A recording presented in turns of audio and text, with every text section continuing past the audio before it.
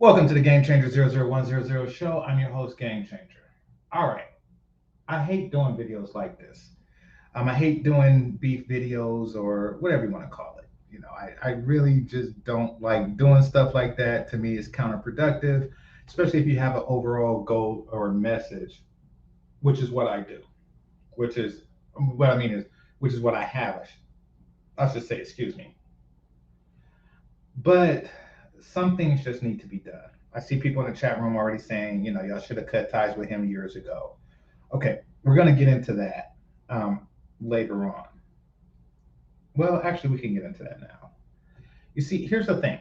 I actually have cut ties with him years ago. Um, in fact, when I came into this space, he had beef with somebody who, at the time, I was very cool with. So I will cut ties in the sense that I just stood out of that beef, and then that was that. And then when I actually cut ties with the person who I was cool with, that wasn't cool with Obsidian, I just like okay. And then we share spaces, so there's going to be some intersection. But for the most part, I like to keep my distance while making it perfectly clear that I'm not going to, while making it perfectly clear that I do not agree with him on most things. So I just always looked at him as a problematic dude and that you should keep your distance from him. The same way Kevin Samuels felt about him, And this is per Alan Roger Currie when Alan Roger Currie states that he warned Kevin Samuels about Obsidian because he wants to be Kevin Samuels and he wants to be Alan Roger Currie. So you should stay away from this dude. He's messy. So there is some credence to that. Shout out to the Godfather. There is some credence to staying away from a certain set of personality types, which once again I've worked to do. Every now and again on Bernard Riley's show, we're going to cross paths, and it is what it is, and I remain cordial. But I'm doing this again to make it clear that I am in no way affiliated with him in that regard, other than we just happen to be in the same algorithm, which is quite unfortunate because it's a very losing algorithm. Like when you compare to people who came up through the other Godfathers algorithm, or the other founding fathers algorithm, I should say, like lead attorney with O'Shea, Kendra G with Angry Man.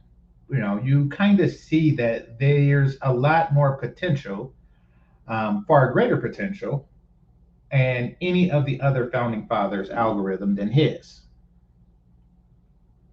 It is what it is, and that's part of being affiliated with somebody that's so easily debunked. He does some buffoon crap, and it makes all those who are associated with him in a positive way seem more buffoonish, and people tend to, in avoiding him, they tend to avoid anybody who is affiliated with him. So yeah, it's a bad deal all around, dealing with that, but that's not why I'm doing it. You see, here's the thing.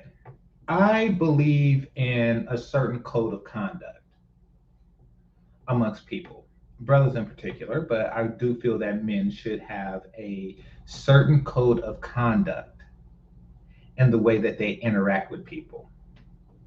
Now, generally speaking, you learn this growing up, from the transition from boyhood to manhood. You learn this. You learn this through your father, and you learn this through your friends mostly. How to behave, how to have bro code, don't cock block, what goes on between us stays between us, et cetera, et cetera, et cetera. Things like this is something that you learn from your circle of friends.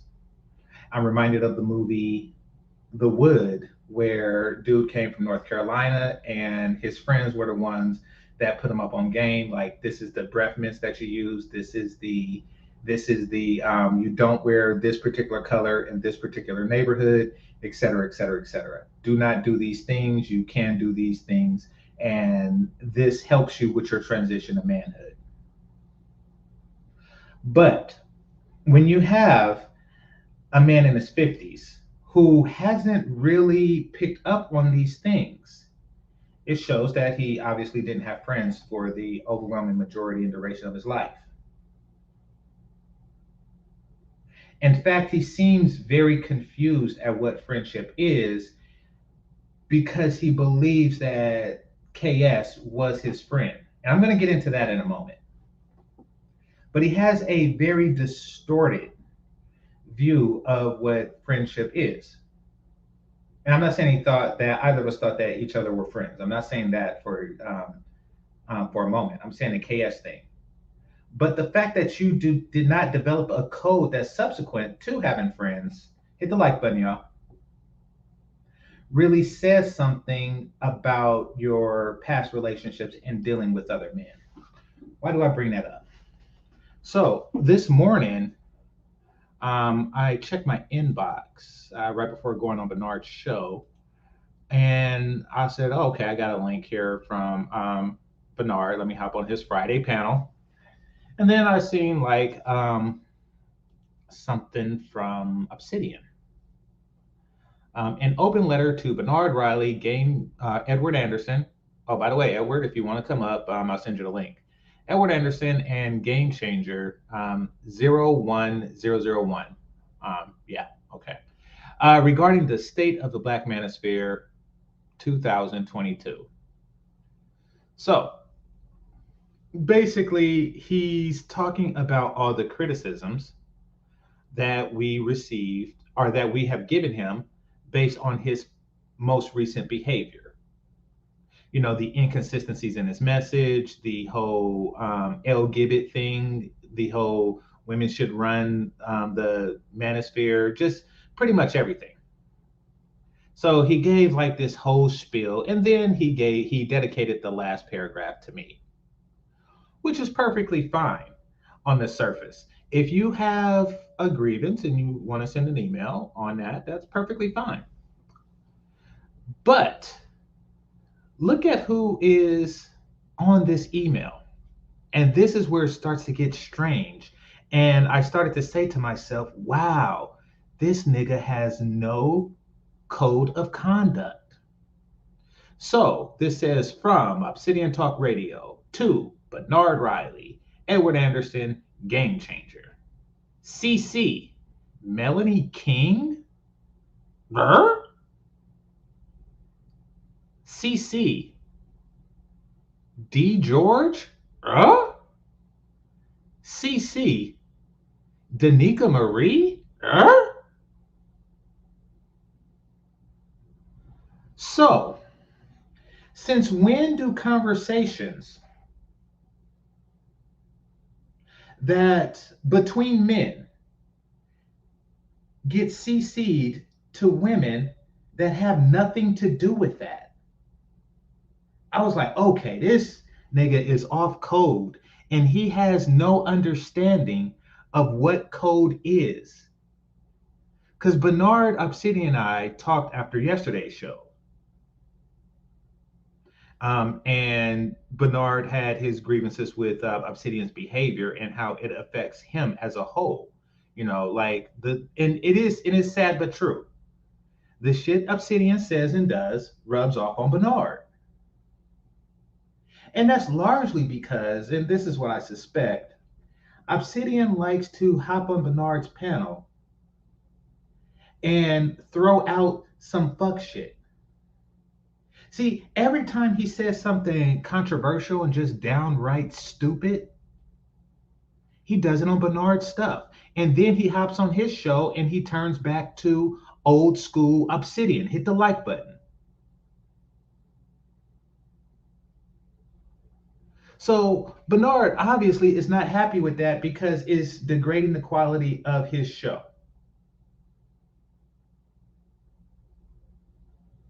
So that was part of the conversation. I'm not going to go into details, but that was part of the conversation. But I will say this: none of the conversation had anything to do with Melanie King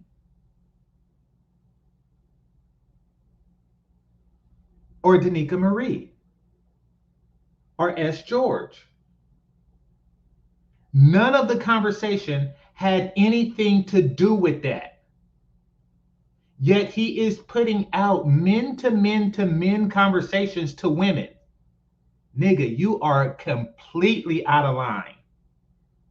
You have developed no sense of brotherhood, no sense of fraternity, no sense of honor, no sense of camaraderie. You have none.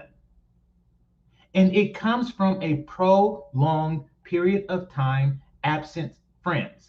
And I always knew that about this nigga. I mean, it's sad but true because listen, sometimes it's just a misfortune of where you grew up and the type of circumstances that you're in.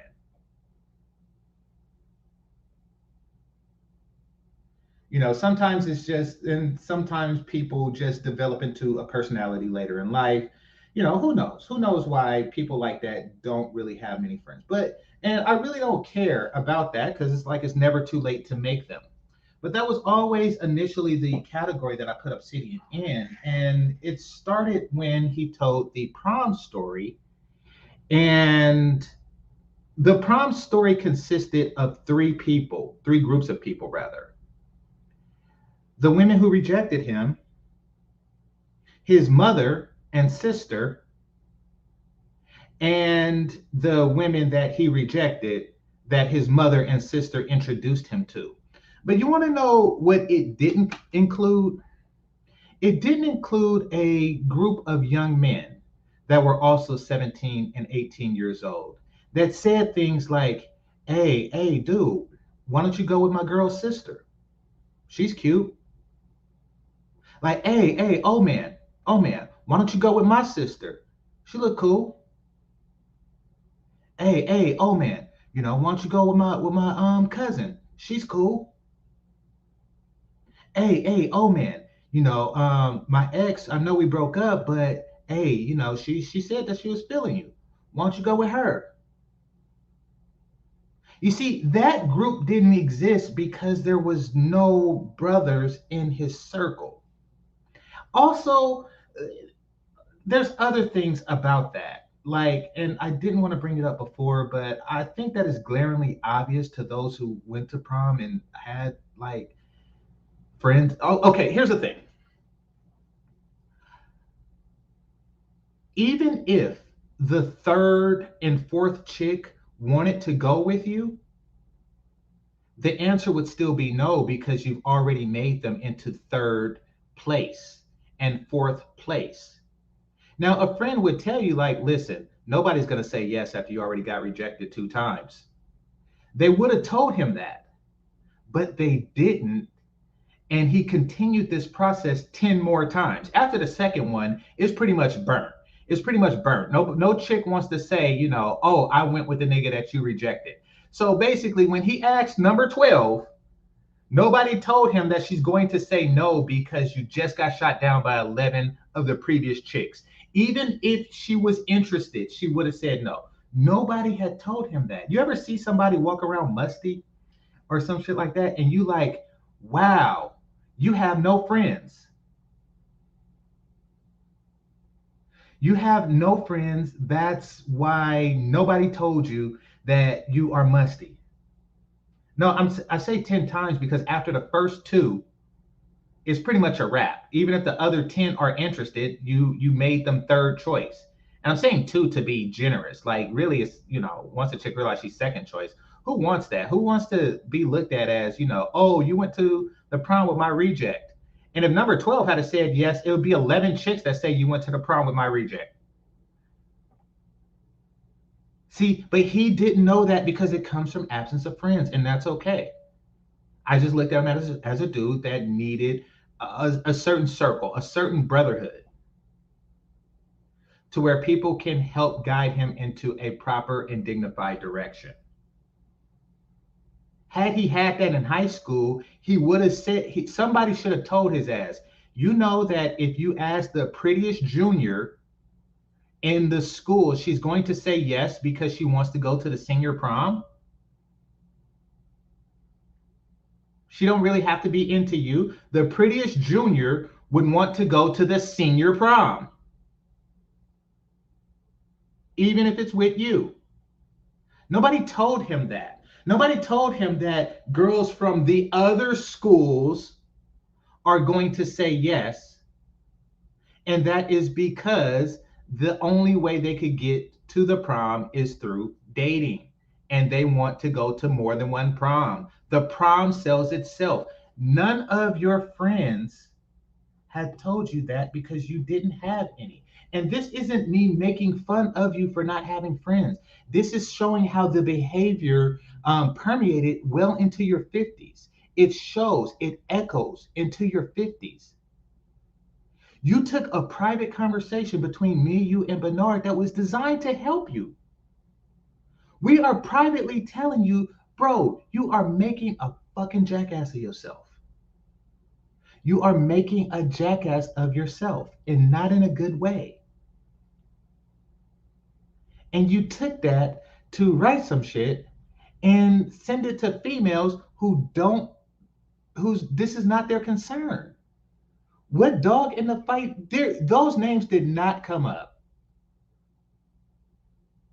Mrs. George, um, um, what's her name? Melanie King, Danica Marie. Those names did not come up in our private conversation. Yet and if it did, that would be, that would still be bad because it's like, damn, you telling shit. Like, what if I was just like back there talking crap about, I don't know, Melanie King,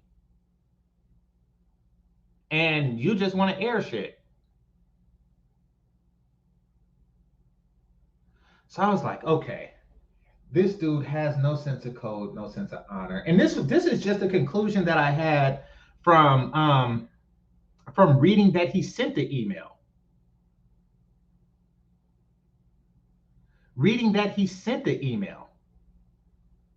Then when I read the email, I was like, okay, not only is this dude like off code, it's not dirty macking because he's not trying to mac any of the chicks. Well, he is trying to mac for attention, validation, et cetera, et cetera, et cetera. But he's doing a very poor job of it. And that's because he don't have homies to teach him how to do it right. And when he ever did, he did off code shit to them. So we're going to get into the how he has friends that, or he has people that he thinks is his friends and they're not. We're going to get into that. But first, let me read. So basically, it says 7th. And from what I understand, he put it on his community tab. So, I'm not reading anything secret. He put it on the community tab. And he CC'd, a bunch of chicks, But it says 7th. And finally, so he had like 7 paragraphs and 7 things he wanted to address. Finally, I like to say something directly at GameChanger. That's me. It's very easy to talk smack about who is and who is not a leader. Now, I'll give you some context here. Basically, I was stating in the Backchat that, and I still stand by this, that he is ill fit to lead anything, especially a group of men. And that is because he has a poor sense of honor code as he expressed in other parts of the conversation. So he's replying to that and making that apparent. Let's see. It's very easy to talk smack about who is and who is not a leader. How they do as a leader. Okay, I wouldn't consider you a leader of anything other than those who wishes to follow you, which doesn't and has never included me. And whether one is a Benedict Arnold. Okay, now let me give you all some context on the Benedict Arnold reference because by itself it sounds like some NWA, like taking a shot at Ice Cube thing, which is not the case. Hit the like button. So the Benedict Arnold thing comes from me comparing him to Benedict Arnold. So the conversation went thusly. Bernard brings up how Obsidian said months ago that it's better for some women to be on welfare than with most Black men. And what he did to back his premise was welfare pays more. Okay, so I missed the super chat.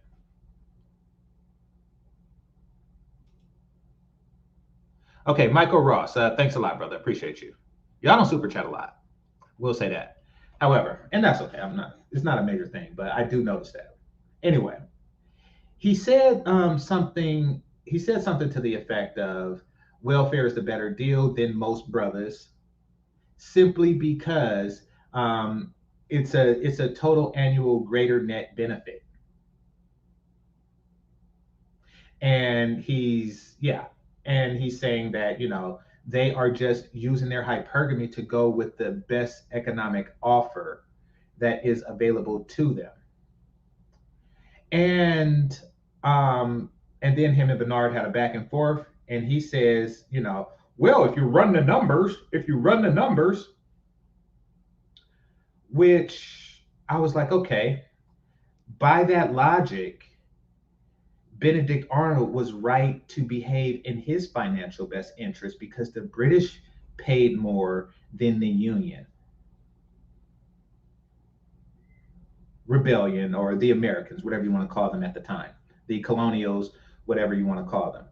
He had every right, Benedict Arnold, by that logic, had every right to betray and set up a surrender of West Point to the British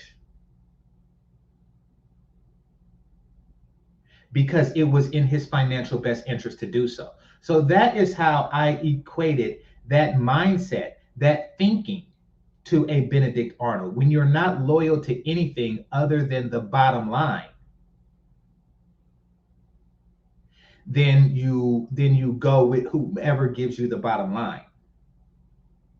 Now he internalized this, and rightly so, because he's a bottom line thinker. He goes to whoever is willing to pay the most. He is, in a sense, Benedict Arnold. Now I didn't call him Benedict Arnold, but he took a defensive position as if I did, because deep down he relates to Benedict Arnold, in the sense that I would sell the manosphere out to women if they super chatted more. I would sell the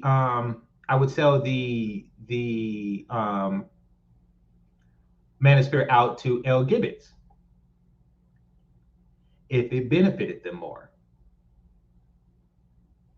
Hold on right quick. Shout out to Ike. I'm all about the dollar sign.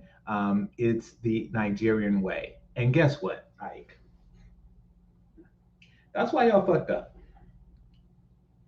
That's why y'all fucked up. And that's why it's people generally, and I know most people don't deal with Africans because there aren't really an abundance of them throughout the US as there is here in California. However, like I talk to them, and they say stuff like, for example, had a friend from Cameroon. He said, I got a mechanic. He's Nigerian, but he's cool. And I was like, what the fuck does that mean? Like, he's Nigerian, but he's cool. I was like, so was I supposed to assume that he wasn't supposed to be cool because he's Nigerian? But that's the consensus. See, that is the side effect of prolonged dealing in bottom line thinking. People will say that shit. If y'all don't live around Africans, they do say shit like that all the time. Other Africans, other West Africans say shit like that all the times. Like keep your hand on your wallet. Make sure you read the fine print and shit when you're dealing with Nigerians. They say that. That is the prolong. Black people, we should know that because that's how we got here. Shit. That's how we. Anyway, not even gonna get into that. Shout out to the homie. But um, but no, that is the side effect of prolonged bottom line thinking. And it's nothing personal. When you deal with somebody like that, with somebody like ill repute, I still give people the individual benefit of the doubt. I still give Ike the individual benefit of the doubt. However, if I'm ever to do business with Ike, if Ike and I was to ever build a robot, he builds the body and I build the brain. If we was to ever build a robot, I'm reading a fine print, Ike, because you're Nigerian. Anyway, um, like I said, oh yeah, but Obsidian is an individual on that shit. So it's nothing personal. Listen, it's nothing personal. I don't mess with white mechanics. It's nothing personal. Whenever, yeah, I just don't. I don't trust you motherfuckers. I don't trust this motherfucker. It's on some Benedict Arnold shit. Anyway, it says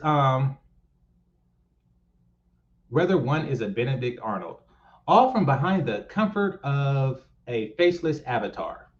Okay, you're a faced avatar. Does that make you feel better?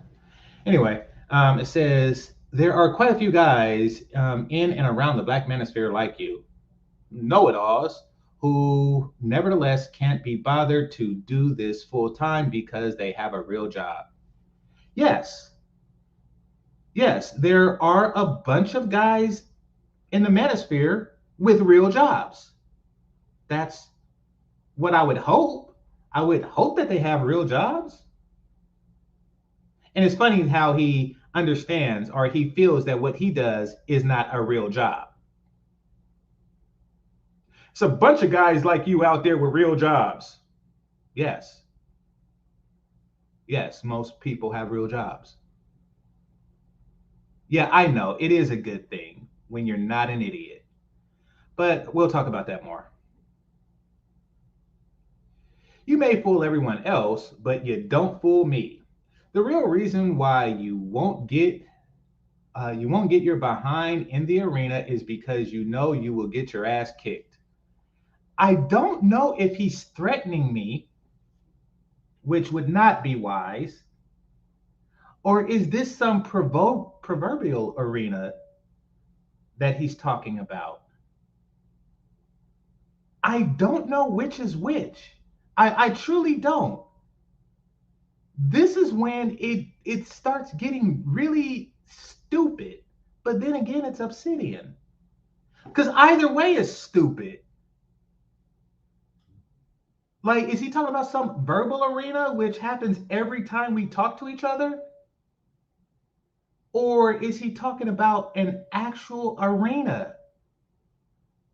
I really hope it's the former, because if it's the latter, you are truly twisted. You are, anyway, won't get into that. People will look you up and down and say, Negro, please. I didn't know I give that impression. Ike, when you seen me, did you look me up and down and say, Negro, please? That's very weird. That is very weird. Negro, please, what? What in the hell was that about? I met both men and women online from here. Somebody said, Negro, please. That's a new one.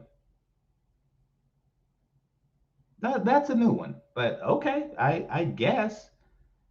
I mean, but I do have the regular job, which is why I'm not cammed up. You really have no reason other than the Negro, please. Okay, so there's like he didn't say Negro, please. Like that's very weird. Nor did I even think of no crap like I didn't say, okay, I'm about to meet Ike. I hope you don't say Negro, please. That is weird as fuck. Once again, isolated dude with very little man on man interaction. Very weird. Okay, Gay Bay, salute, salute. All right, thanks a lot. Thanks a lot for the 999 super chat. And D-Ski Villy, agreed. Thanks a lot. Appreciate you, brother. Appreciate you. So we're only a little bit into the paragraph, and it's getting weird already, and it's going to continue to get weirder. Okay, so it says you won't be able to make a full-time living from it, which is why I don't. which is why I don't. I make a comfortable living doing what I do. Because you're not entertaining, okay. My friends think I'm entertaining, just saying. And no one wants to be associated with you in the light of day. So Ike, when we meet again, we'll make sure it's in the light of day. That's very weird. I made sure I'm telling during the light of, well, anyway, this is very weird.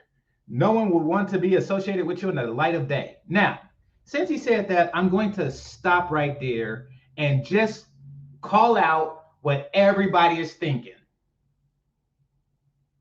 You want to know, Obsidian, who don't want to be associated with you during the light of day? Kevin Samuels, may he rest in peace. Oh. Did I say that? Did I say that? You want to know who don't want to be associated with you in the light of day? Oh. May he rest in peace. God bless his soul. Oh.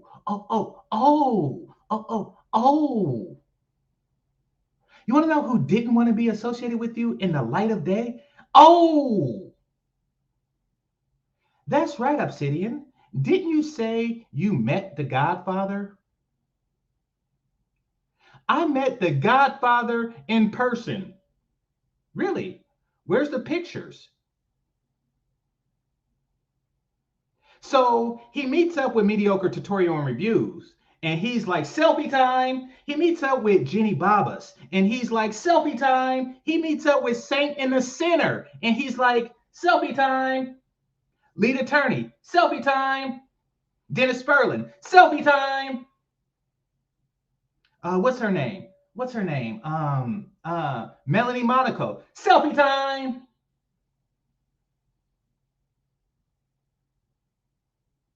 Obsidian Ali. Oh, no photos, please. Please, no photos. Please, no photos. Thank you, but no thank you. I no photos. And it's not that he just said no photos for you. You think that this was your friend. Not only did he say no photos to your ass, nobody else. Everybody else, selfie time. Not only did he say no photos to you and nobody else, even Saint in the Center, who they had serious beef with, even Saint in the Center got a selfie time, a impromptu selfie time. Not only did he say no photos to you, he told everybody around y'all no photos. He was like, hey, you kid with the drone, you need to put that drone down. I don't want to be seen with Obsidian. He was like, okay, so we're going to meet up, but we're going to make sure that we meet up in a place where there are no cameras. I don't want to be caught on a security camera with you. I do not want to be seen with you at all. At all. At all. In the light of day, Obsidian. In the light of day, he did not hit the like button. He did not want to be seen with you in the light of day. Stop projecting your shit on me, because it's not going to fly. It is not going to fly. He didn't meet him at the local Popeyes. Okay. He met him at the local Popeyes bathroom. Basically, he said, okay, I want you to go into Popeyes, go into the bathroom, and then 2 minutes later, I'm going to the bathroom. And then 2 minutes after that, you walk out the bathroom. And then 2 minutes after that, I'm going to go get some food from Popeyes.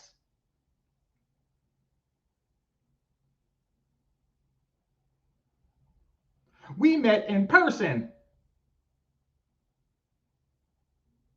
And then did Kevin Samuels ever admit to meeting? Like when I meet people in person, they admit to meeting me in person. Yeah, I met GameChanger in person.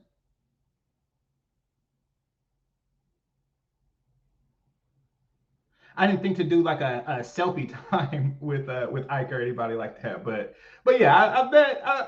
So it is what it is. I'm not Kevin Samuels. I'm just saying that Kevin Samuels, he took photographs with everybody except, oh, it hurts so bad.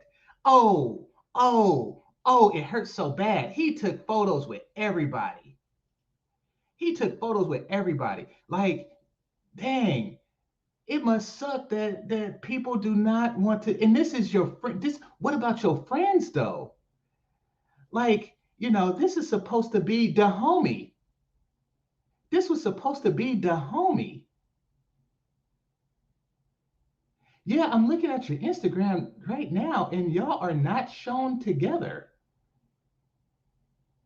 But if you look at his, like Kevin Samuels, his Instagram is full of like non-obsidian people that he took photographs with.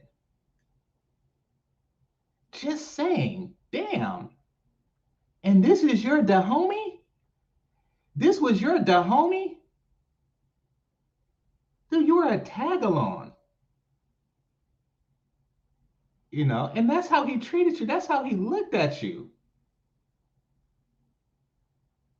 Like, for real though, how fucked up should it be if somebody who you actually considered friend, because it's the closest thing to a friend that you ever had,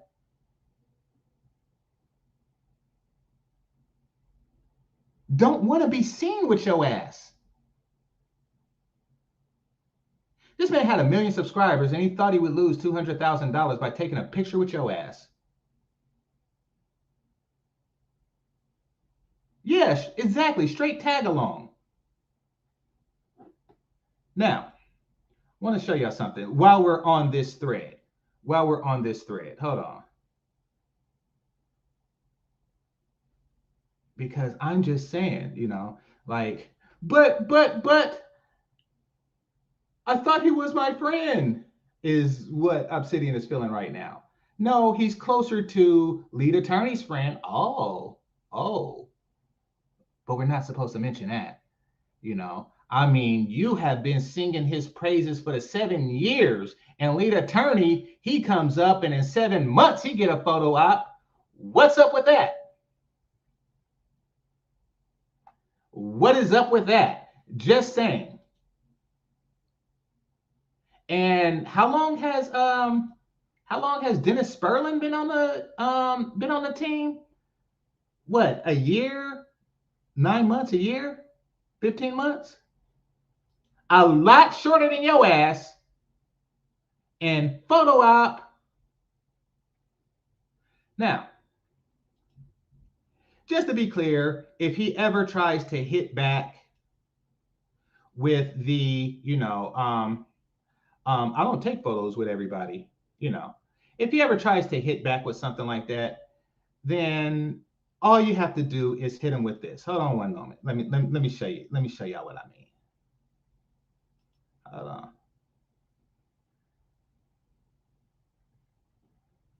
All right.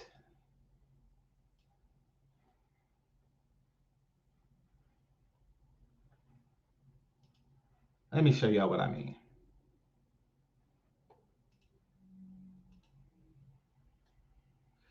All right. This is Obsidian with this fellow here.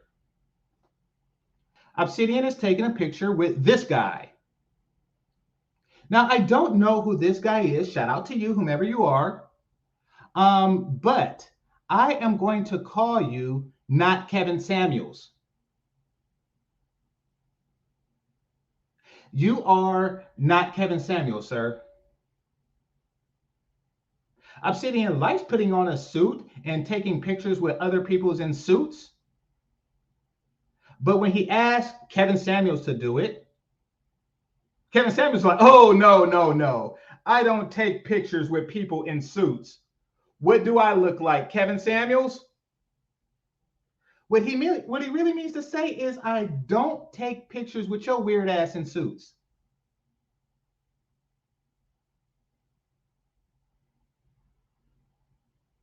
That's what he really means to say. I didn't want to take pictures with your weird ass in a suit. So this picture is labeled Suit Saturday. Okay. Well, there you go. So now we discussed who people don't want to be seen with in the light of day. Let's move on. Let's move on with that email. Had to get that out. I had to. I mean, because I've been thinking it a long time. Because of code, I keep thoughts like that to myself. Because I'm a brother who believes in a certain amount of brotherhood code. If I know something or if I have a negative opinion of someone, I tend to keep it to myself. And I've known for quite some time that KS didn't respect your ass like that. He just didn't.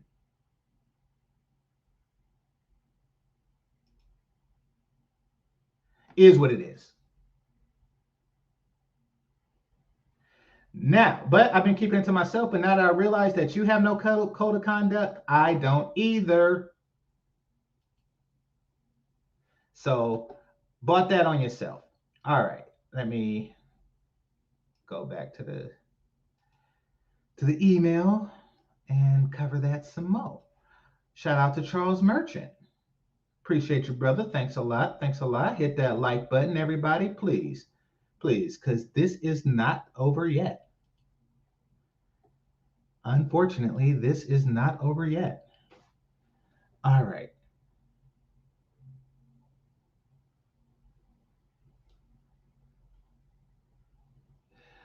People look you up and down and say, Negro, please, okay, you won't be able to make a full-time, don't want to make a full-time living off of it. I mean, congratulations to those who do, but I'm content with what I do. Let's see. All right. Many of you types can't work well with others on your day jobs. That's why you land in IT fields in the first place. Huh. Now that's very interesting because I do work with others in the IT field. That's kind of what I do. And we have scrums daily in the IT field, and we work together to complete tasks. Did you assume that software was made by one Apollo Creed type individual? Is that what you assumed? If so, you're stupid. Did you assume that software was made by an individual in a basement that they just pay a lot of money to and that he don't talk to others? This is weird. Yeah, so number 16 is a developer as well. He knows that it's a team. In fact, it's more of a team sport than other jobs that I had prior to doing this. And I had many jobs: customer service, tech support, and gas station attendant, Burger King. All of those were less of a team effort than software development. What the fuck are you talking about? You want to know what I didn't do? 22 years as a skilled tradesman, no vacation. Of course, you had no vacations because you had no place to go and nobody to go with.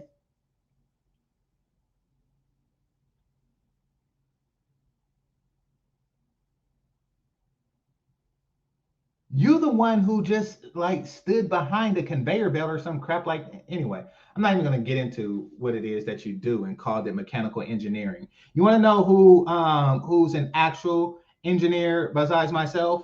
Ike. Ike is an actual engineer, and he didn't call himself a skilled tradesman.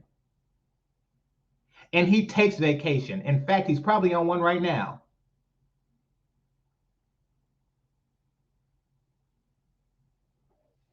Nigga, please. All right. Let's see. But want to openly question me and my peers' leadership abilities. I didn't question any of your peers' leadership abilities. Oh, when he was talking about women should lead the manosphere. So I guess he's okay. So I guess when I question the whole women should lead the manosphere thing, he's saying you're questioning my and my peers' ability to lead. Holy crap. Holy crap.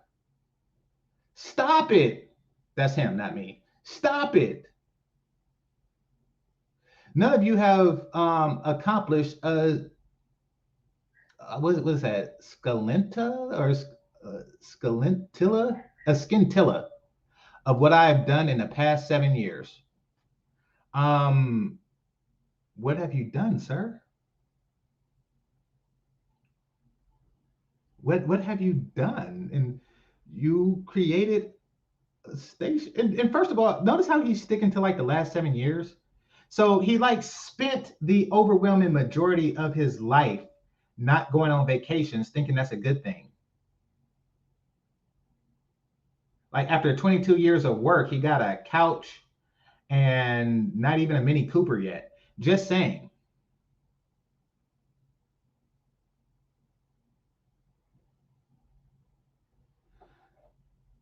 But in the past 7 years, he has the least successful channel of Scintilla. Okay. He has the least successful channel of all the founding fathers. None of you have accomplished what I've accomplished. I have the least. I have the least successful channel of all the people who set the channels. The time that I set the channels. Just saying. Damn.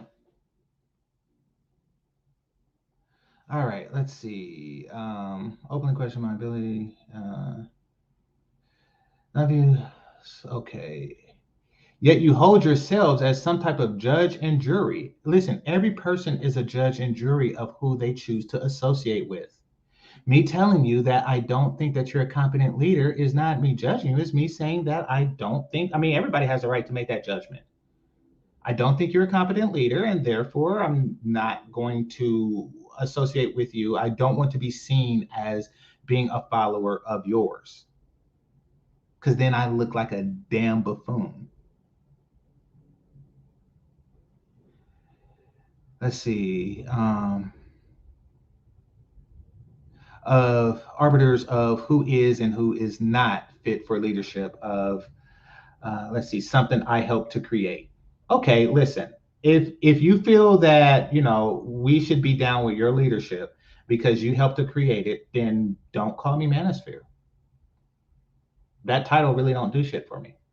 So yeah, I completely disassociate from that if the only way to be associated with it is to say that I've came under you. Fair enough. So if I was like a Crip or a Blood and you were like the only person I can say was my big homie, I would just assume not be a Crip. It's that simple. I would just assume not be a Blood. It's that simple. Like, oh, you came up under Obsidian? That's your big homie? Okay. I'm not yeah, I would just like no. I'm not even a Crip. I just, this is my school colors. This is my fraternity colors.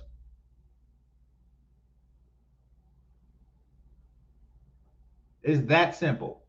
If that is the qualification to if anyway. Ah, no wonder so many of you strike out with so many ladies. Um, that's weird. But I guess you hit the home run with Miss Brown Sugar, right? I'm gonna get out of there. The hubris combined with the sheer ignorance is astounding. I'll end with this. If you think you can do better, I think that anybody could do better. But I do think that everybody could do better without you. I'll end with this. If you think you can do better, come down to the Thunder or Terradome. Excuse me. Put your face out there. Fly under the name. Fly under your name. Is Obsidian your name? That's interesting. Go full time and do this. Now it's funny that he present those as the only two options. Either follow my leadership or cam up and quit your day job and do this full time. Or I can just continue doing what I'm doing and not associate with your ass. That seems like the better deal. And make the investment in time, gear, resources to show us all what you got. Okay. By the way, you're not cammed up either. Just saying. Just saying. Leaders lead from the front. Well, apparently, if you want Jihei to lead the manosphere, then of course they're leading from the front. Yeah. Oh, that's funny. All right. But of course, with you, they lead from the back. Just saying. Anyway, if you, damn, I lost my place. Leaders lead from the front, not from behind. If you don't want somebody leading from behind, then why are you suggesting L. Gibbets run the manosphere? All right. The safety of an avatar, well, the safety of a picture, I guess, with a made-up screen name. Until you're ready to do that, you can really keep your safe opinions to yourself, have a seat, and kindly shut the fuck up. Yeah. So after this, I'm pretty much done. Like, I don't have much else to say to your ass. I don't. And it's not like, it's not like I'm repulsed by the fact that you're crying in email form, but you sought to put it on your community tab and CC people who had nothing to do with this conversation. And I doubt that they even read it because they know it's some weird ass shit from a nigga like you. But just the fact that you are this off code really says something about your sense of valor, which, it's, and by that I mean that you're quick to surrender if you find it in your best interest. That is not a quality of leadership. And I gave you the courtesy of telling you this privately. So, because I'm not trying to cause like mass desertion on you. I tell you this privately to help you. You tell everybody publicly because you're stupid. All right. Now, apparently, something was said after I left on Bernard's. So we're going to go into that. And I actually don't know. This would be my first time hearing it. Oh, he's about to go live. And of course, he has a picture of Kevin. This dude has been riding KS's coattails since forever. Since forever.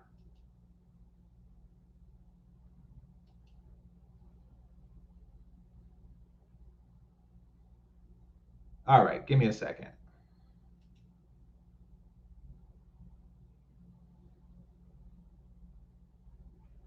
Oh my God, Theo Waff. Oh my God, my dude. Thanks a lot, Charles Merchant. You guys need to take a small vacation. You're making Strags happy. No one is winning here. Agreed. Agreed. Which is why I decided to keep our conversation private, Theo. Which is why I decided to keep our conversation private. You're right. It is better that females do not get a hold of our private conversations. You want to know who made it public and CC'd 3 women on it? Do you? Do you? Do you? Exactly, Theo. You see, I understand the need for stuff like that. You want to know who don't understand the need for stuff like that? For discretion, decorum, for men to talk like men. You want to know who don't understand that shit? The person that you are trying to protect. And you talk about make Strags happy.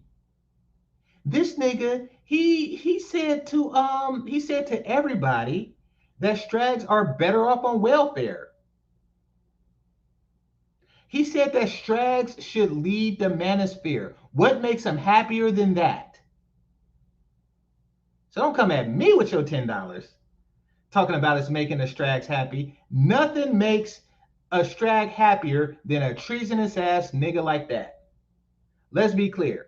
Nothing makes Strags happier than a treasonous ass nigga like that. This nigga took a private conversation between me, him, and Bernard and sent it to Sister George, to Danica Marie, to Melanie King, you lame ass nigga. And the conversation wasn't about them. What are you talking about? Make the Strags happy.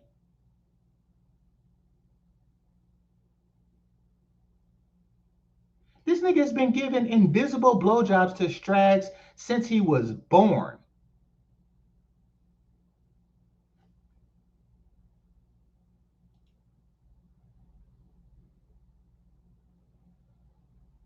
All right, I'm not gonna talk about his physicality, but it says you look crazy supporting that physical midget, Theo.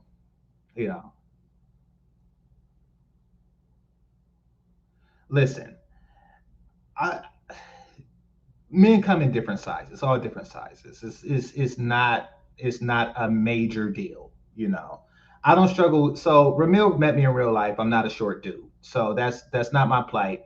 We all come in different sizes. That's just like the nature of the beast.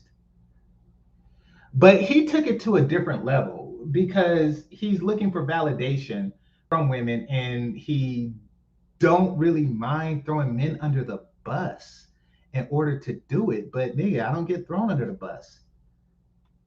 So fuck you talking about?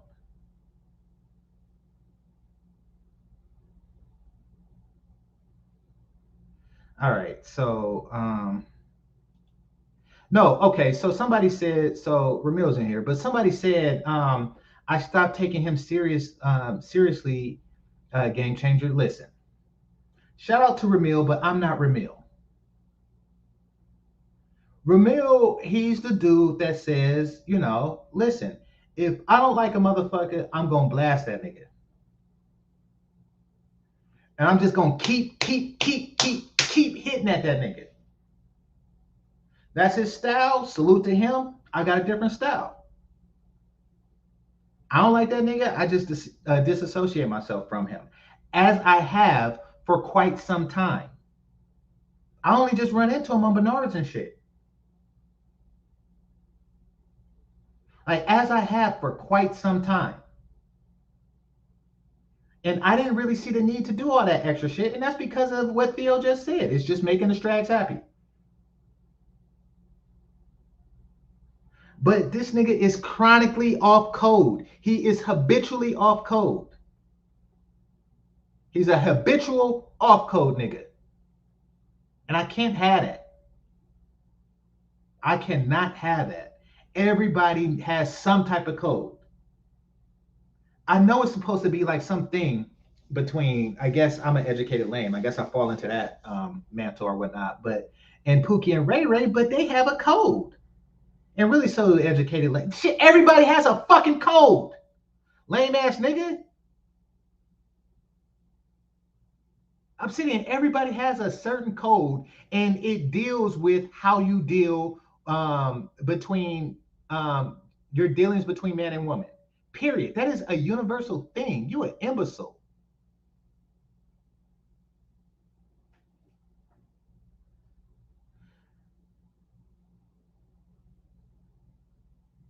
Number 16, I'm defending the space here. All sides are damaged in this. Okay, so you keep your damages private, I guess. You know. Listen, if you want to defend this space, then stay away from niggas that say that that G Hay or L Gibbets should lead it. If you want to defend this space, then stay away from the person that says women should lead it.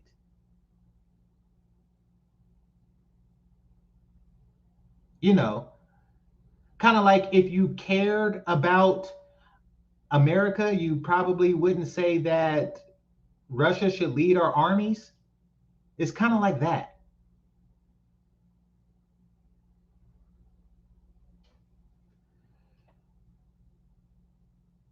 Uh, okay, so I think that this is along the line of what number 16 is saying. You damage the space defending someone like him. This is true. People with other channels have felt the negative impact of trying to support him. Absolutely. You see, here's the thing. Certain people don't belong in certain places. Yesterday, we were talking about the Battle of Thermopylae and, more importantly, the movie 300. Now, basically, they just said, look, I'm defending my country, which means that you can't fight with us. Nothing personal, but you're just not equipped to do that. We fight better without you. This space is better without you in it. That's you, the hunchback. You want to know how you're the hunchback? Because the hunchback took the better deal. Oh, you just look at the numbers. You just look at the numbers and you see. So the hunchback looked at the numbers. But that's what happens when you're off code. That's why you cannot have off code niggas in anything you do. That's how people get snitched on. That's how people get RICO'd.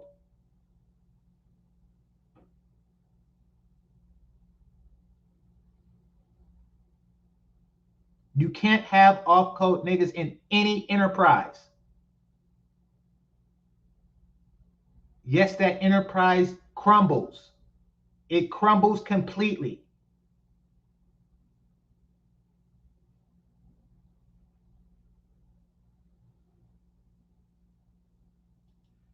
All right, Theo says number 16, I'm not defending him. Oh, no, you already said that. My bad. All right. So you can't take a man seriously that flip flops as much as him. Absolutely. Listen, people grow, people change, and people get new sets of ideals all the time. That's just something that's just part of growing as a human being. It is. No pun intended. But he flip flops chronically because he feels it's in his best interest to do so. He tries to tap into the L Gibbet market, so he says something like that, thinking that he will retain his existing market just the same. He attempts to tap into the woman market by selling the manosphere out. Okay, says that flip flops as much as him or people that defend him. You dudes are weird trying to defend, let's just say, him constantly.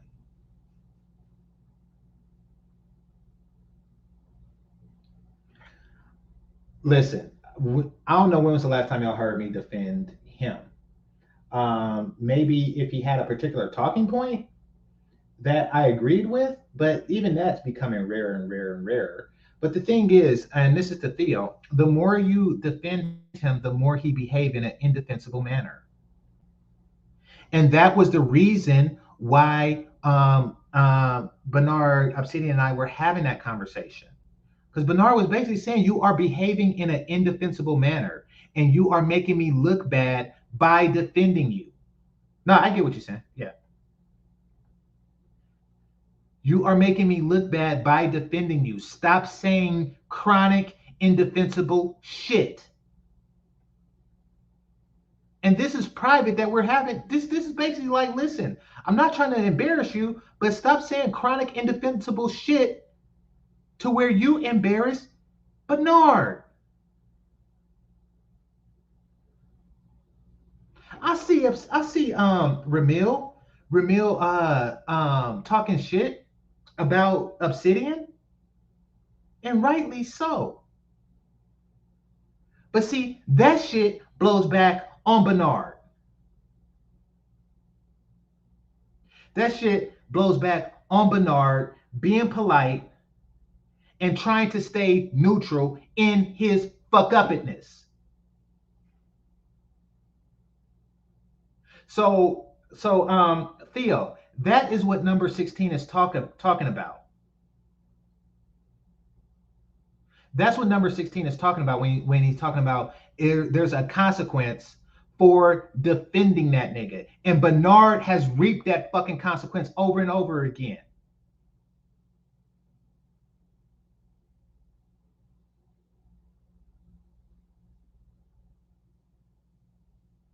Ramil and Bernard has no fucking quorums. The only reason why it comes off, and Ramil and I have no quorums.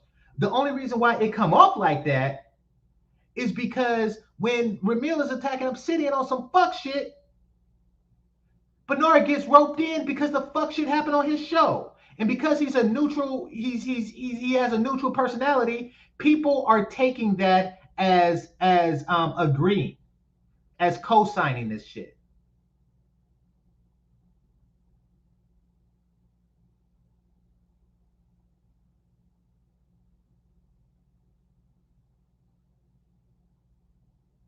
And he's sick of this shit. Man, playing retard with people's channels. Hold on, let me go to Bernard's. So what I'm about to say, and apparently Edward Anderson had to check his ass yesterday. So I'm gonna play that.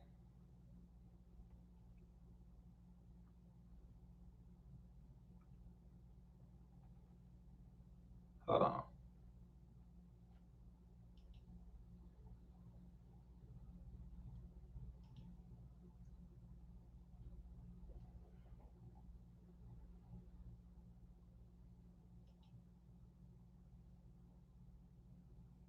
What's up, everybody? If you're catching it live, you're catching it after it's uploaded, make sure you hit the like button, subscribe, all that. All right, I don't even know where to start on this, but I'm gonna just go to the part where I was about to leave, and then we'll go from there. All right, keep in mind this is my first time seeing it, so y'all getting like a fresh view from me. All right, so this is the point where I left, and it probably happened like so. Yesterday, I had something I had to do, so I was silent for a while, and then I just came and turned it off. But then I came back, and then that's when they were having the conversation in the back chat. So that's how that happened. All right, let's see. Let's see if it's here. Making money, YouTube, Twitch, these are money-making enterprises. Absolutely. So my question is this: so Kevin tried to appeal to black men for 3 years. This nigga is still saying Kevin's name. He is still, and shout out to him. I'm not saying, it's taboo or anything like that, but he was not your friend. Y'all don't have any pictures together. Y'all do not have any pictures together because y'all was not the homie like that. He has pictures with everybody else, male and female. Jenny Babas. What's that? Tasha K. Saint and Sinner. Lead attorney, mediocre tutorial. He has pictures with everybody. It's selfie time with everybody but your ass. But you. Y'all were not friends. That's just the closest thing to a friend you had. Ever.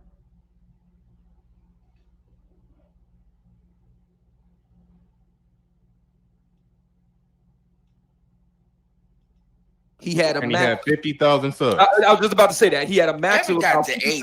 Hang on. Let me finish. He had a max of about 50,000 subs. As Bernard beat me to the punch on. Okay.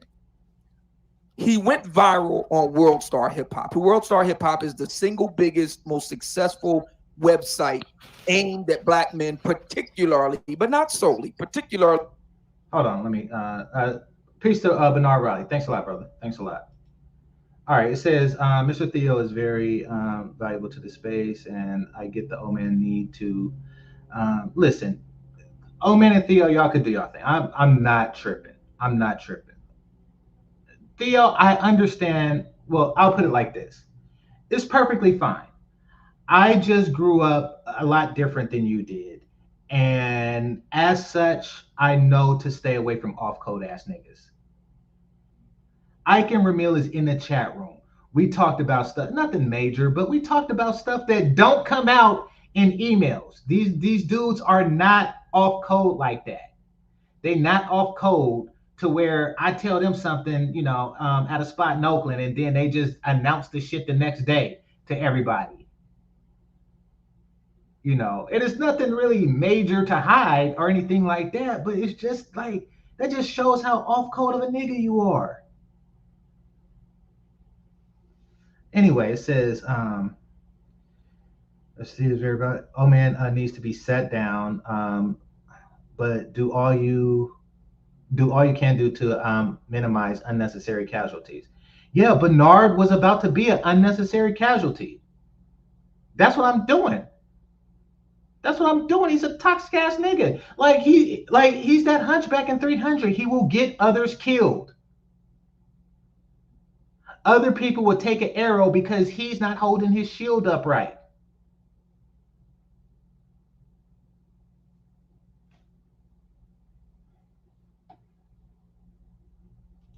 Early in the 18 to 35 age bracket. He went viral not for his leveling up advice to black men, but for telling a black woman that she was average at best. The world star hip hop model is videos, hoes, and beefs. Okay? There is another channel on YouTube, and Kevin met with the owners of this channel shortly before he died. Him, Dennis Sperling, Mediocre Tutorials and Reviews, and lead attorney. Is that where that picture comes? Oh, wait a minute. He had an important meeting with him and his friends. Were you invited? Oh. We're not supposed to talk about that. Kevin Samuels had a meeting with everybody but your ass. But I have a suit. Yeah, no. Mr. Samuels, can I take a picture too? No. Please, no photos. But everybody else get a photo? Yeah. But you're my special friend. What in the fuck? So yeah, that's the meeting he's talking about, the one he wasn't invited to. He's talking about the meeting that Kevin Samuels had with better friends than him.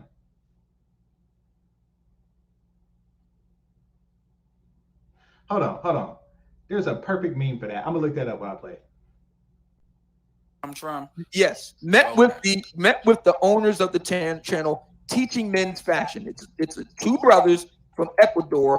One of them dropped out of law school. The face man of the channel dropped out of law school because they were making so much money. They have, last time I checked, they have somewhere over 5 million subscribers. My question is this: why can't black men make millions catering to other black men along the lines of red pill content, leveling up, self-improvement? Okay.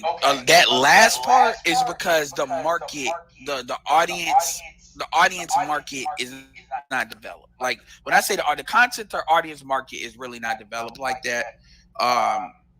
That's number one. Number two, if you look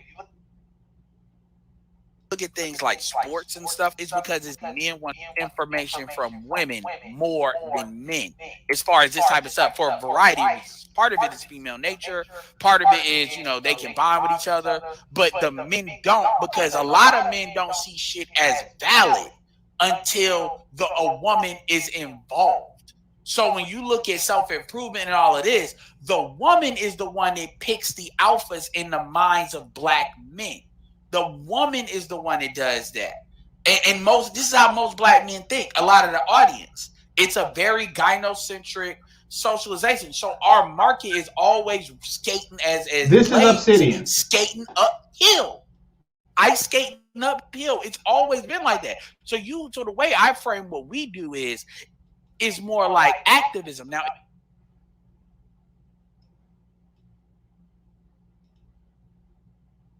all right. This is Obsidian. This is Kevin Samuels and crew.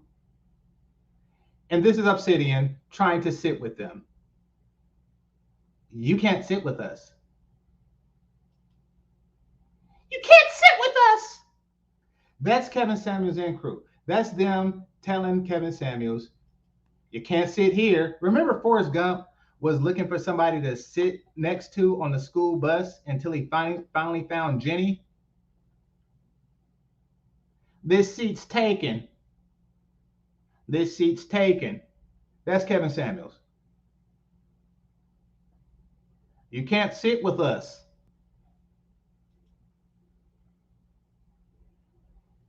That's you. That's how he's seen you. Yeah, we still friends. We just the kind of friends that aren't seen in public together.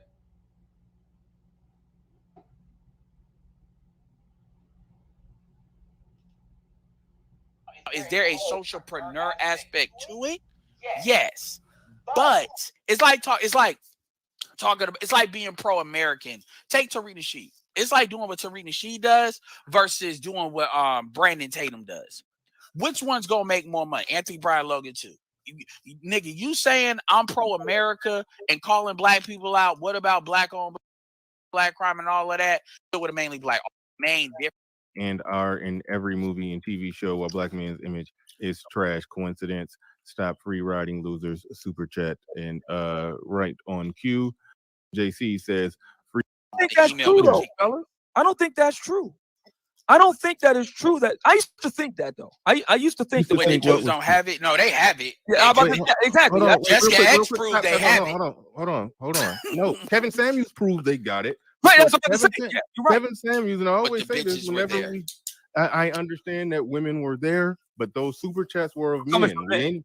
That was Kevin Samuels, and no matter whether women was there or not, nobody can deny the simple point that he was advocating for black men in all those conversations.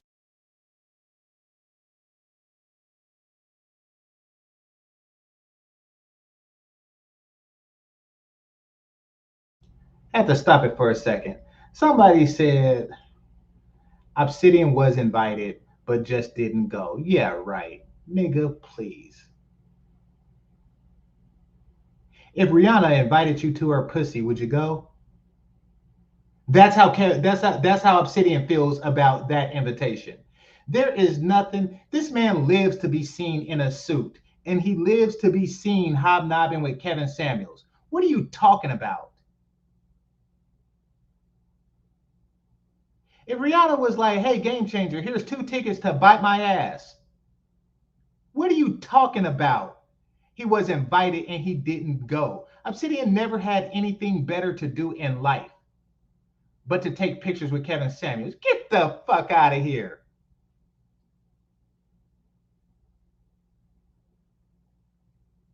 He wasn't invited.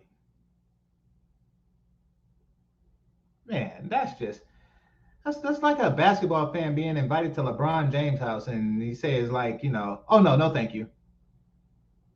I'm a little busy right now. I'm gonna watch a game on TV though. That is ridiculous.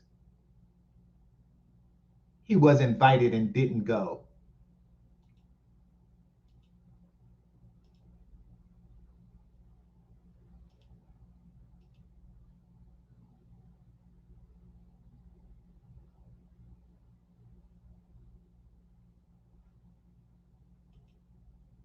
There was a few points I disagree with that getting married at 6 months shit, but other than that, he was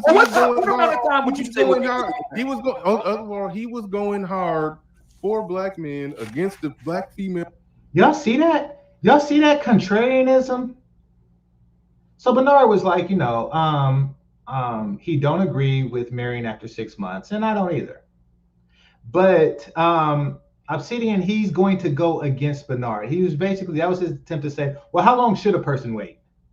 Nigga, you've been waiting for 13 years. Shut the fuck up. You just be saying stuff just to be a contrarian.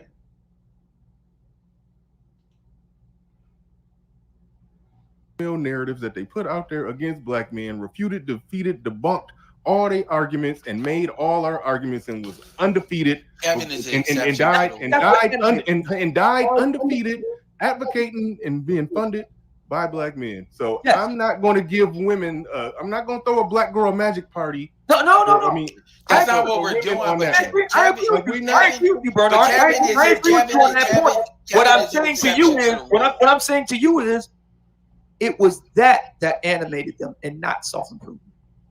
Agreed. I don't know So anybody what I'm who saying, I don't hey, real quick. Okay, all right. So the $1 million. Hold on, wait, stop. The $1 million. Hold on, stop. The $1 million question is: show me a 1.5 million sub channel that's a strict male self-improvement channel that makes the millions of dollars that Kevin Samuels made. Teaching men's fashion. Okay. Teaching men's fashion. All right. I'm going to fact check this. Keep in mind, this is my first time hearing it. I know I'm there. My picture is there, but I wasn't at my keyboard, obviously, because I'm not saying anything. But yeah, hold on. He said teaching man's fashion. Let me see what he said. Because he has the tendency to bullshit mid-conversation. So let me just now have the opportunity to call him. But hold on. Improvement channel that makes the millions of dollars that a 1.5 million sub channel that's a strict male self-improvement channel that makes the millions of dollars that Kevin Samuels made. Teaching men's fashion. Okay, stop right there. Let me see.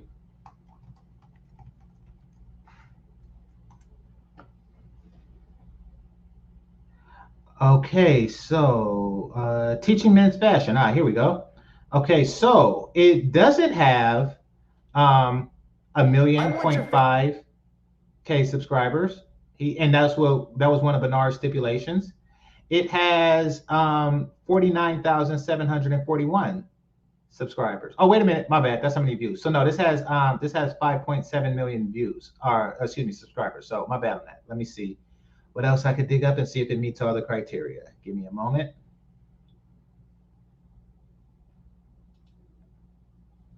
All right, so teaching men's fashion and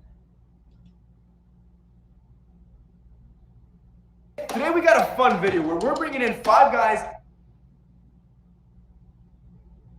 Okay, so Obsidian's argument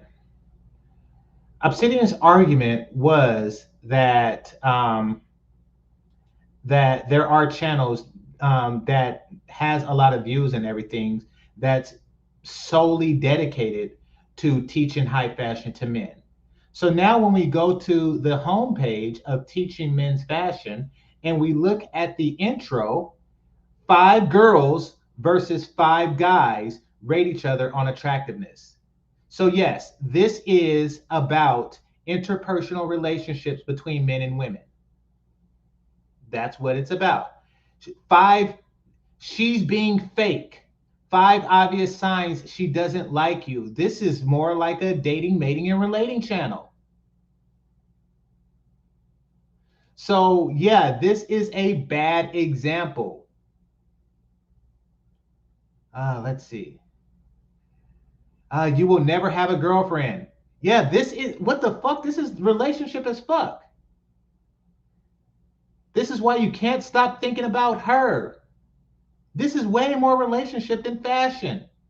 In fact, it's only about fashion in its relationship to relationships. You're too weak to stop watching porn. So, okay, I'm going to replay the criteria that Bernard had and then, say that he chose this particular channel and see if this particular channel matches that bill. One moment. Teaching men's fashion. That's a strict. Hold on, wait, stop. The $1 million. Hold on, stop. The $1 million question is: show me. Agreed. I don't know anybody. So what I'm saying, I don't. Hey, real quick. Okay, all right. So the $1 million. Hold on, wait, stop. The $1 million. Hold on, stop. The $1 million question is: show me a 1.5 million sub channel that's a strict male self-improvement channel that makes the millions of dollars. A strict male self-improvement channel. That was not a strict male self-improvement channel. Dollars that Kevin Samuels made. Teaching men's fashion. Teaching men's fashion. What is that? Yeah, but hold on. Okay, so we talking about okay. Hold on. Okay, like you said, it's a channel called Teaching. Oh, so Bernard about to do what I just did. But the model for that is not the same. Typically, when you're in the self-improvement space, blew up at some point. It got over 2,000 videos and it got 5.7 million subs. Kevin doesn't count, and I'm gonna tell you why Kevin doesn't count, because Kevin's ability was in pulling people off that wasn't on YouTube. Very similar to the they don't look like a strict male self-improvement channel. Okay, so Bernard came to a conclusion. Of course, billionaire YouTuber. Okay, I see some titties. Okay, 5 obvious signs she doesn't like you. Uploads. Okay, male self-improvement channel for the sake of improving yourself. Okay. Well, I mean, it's tied to mating. See, that's the thing that's the thing. Hang on. See, this is the fundamental. That's still bringing sex into it. Hang on. This is the fundamental misconception that a lot of people have, and this is where I disagree scientifically with a lot of people in the space who say you should self-improve for yourself. No, it's mating. I agree with that. It's mating effort.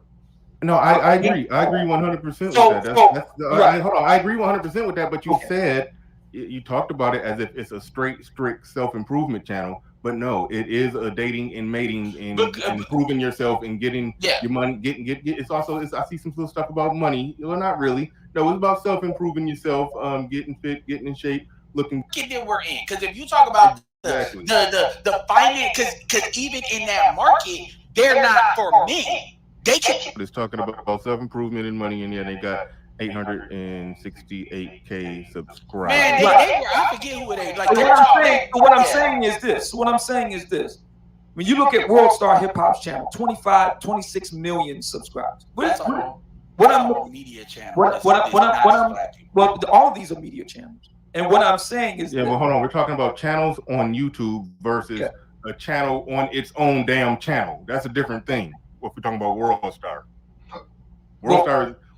Get it out. What is your main point? My argument is this. We have black women who are able to, because I just talked about Melanie King, Six the Goddess. Y'all brought up Danica Marie, Jessica X. There are black. What in the fuck is his fascination with Melanie King? Oh, okay. Women who are able to sell red pill talking points to black men. That's a fact. There are also poor man podcasts and mediocre tutorials and reviews. That's true. Hang on. Okay. All right. I'll let you go. I'm getting it. There are World Star Hip Hop made Kevin a household name, not for its self-improvement content, but for him telling a black woman that she was average at best. That's a fact. Okay. And we have other channels. We're hard pressed to think of, like you talked about the one channel you just got finished talking about, the Leisure Channel.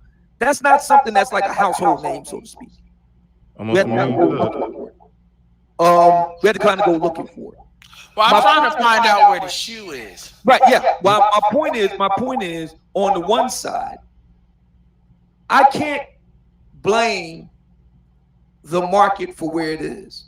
For whatever the reason, it seems to me that when Kevin went viral, and as Bernard rightly pointed out, he got funded from black men. That's undeniable. Everybody can go back and see it for themselves. It seems to me that's where the market for black men is. That World Star Hip Hop videos, hoes, and beefs formula. I mean, that's it. That's it. Okay, so now what he's just trying to do is he's trying to shit on black men because, okay, Obsidian is pretentious as fuck. And I used to know dudes like that. And I say used to because I cannot stand niggas like that. I really can't.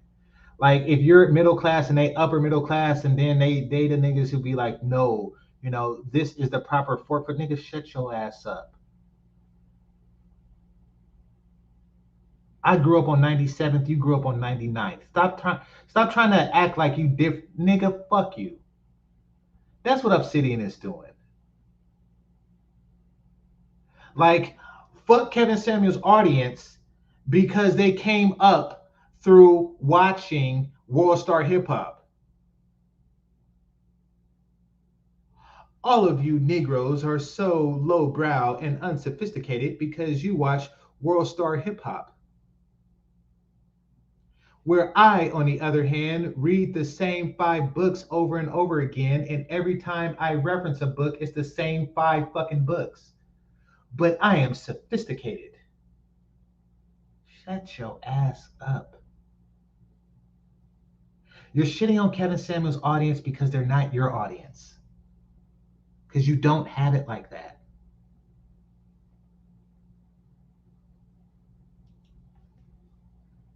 Yes, because people are on here for entertainment, even if it's infotainment. I mean, yes, it's just a matter of most people don't come in our space. This is what you mean. Oh, and then what he's trying to do is he's trying to get some more pretentious ass niggas to sign up to him so they can feel like they're a part of something elite. Nigga, you're stupid.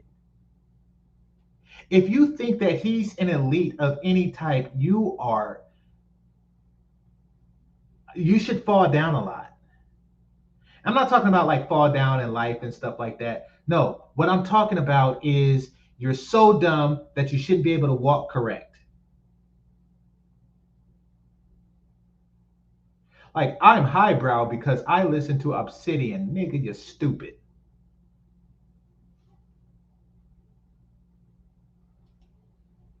To the black manosphere. Most people don't come into our space with the perception of, I'm talking about the true blue folks. I'm coming in here to make money. They may come in here, they grow a little bit. Okay, there's money in it, and then they pivot to maybe it's slow, maybe it's fast, but they don't come in here with that intention. So their channels and the way they do their stuff is not set up for that. So you have a lot of folks that they've seen that there's money in this, either by seeing other people or Kevin, which is the real like boomer, like the real lighthouse when it comes to that. And they say, okay, there's an actual niche here, there's a market here. Let me show up a certain type of way in order to take advantage of the. Exactly. Grew up in Philadelphia acting like you from Baldwin Hills. You nigga, you one of those niggas that drink their McDonald's milkshake with your pinky out, thinking that their shit is classy. Those views, however they want to show up on. A lot of people used to not take YouTube seriously like that. A lot more people are now. This stuff is said with the market, so it's almost so when you ask certain things. Sometimes I think you be trying to come up with like a sellout manifesto, Obsidian. Like you be going all. Edward is too cold. That shit was cold as fuck. Around. I'm not saying that's what you're doing, but what I'm saying is it's like yeah, you got it. It sounds yeah. I need to hear that because it's like you be. It's like dude. Like my thing is this. There's a lot of ways to be effective in augmentation. Explain Sellout manifesto. When I say that, what I'm talking about is it's kind of like you're trying to say the market is this way. I might as well go where the market is to match. That's what business is about. So okay, yeah, if you want to hold on, because I said it. I said it. I want to be clear because I don't get my words clear. Look, the only reason I said that is because that's how you know how these niggas in this space were perceived. No, Ed, you ain't saying like that's hold on, real quick. Real quick. I'm getting tired of these slow walk. You said exactly. That's what I was about to tell Obsidian. We just got to skip to the end, and I'm so glad you did it. You basically made us skip to the end. You said that he's trying to make a sellout manifesto, and then Obsidian, what did you say in response to that? You said something like that's what business is going where the market is. Obsidian, go where the market is. If you want to sell out, y'all see that? Nigga has no loyalty to anything. No code. This is why this is my first time hearing this. So what y'all seen as far as my part in this was me being real silent because I was away from the computer. Then I just walked up and then I just signed out and I was just gone. So, that's what y'all seeing here. Go where the market goes. The market is why, like, isn't Dwayne Wade's son in a dress or some crap like that? That's where the market goes. Like Lapeef is in stockings, that's where the market goes. And if the market goes towards selling the manosphere out to some L Gibbets, that's where the market goes. If it goes to selling it out to women, that's where the market goes. And that is why you understand the thinking of Benedict Arnold. That's why you have no loyalty to anyone but money, and you still don't have it. And you still don't have it. You are not clocking dollars like that. And you have never been your entire fucking life.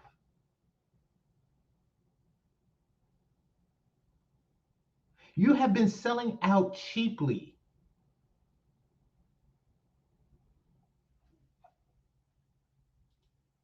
Obsidian, just go sell out. But I'm not selling out. I'm not saying you are, and I open the bottle. Hold on, Bernard. Let me please. No, I need to ask me questions. Why don't you ask me? Well, Obsidian, where are you going with this? What point are you trying to make? Hold on. Okay, I'm gonna make this statement. I'm gonna make this statement. Then I'm going to pause it.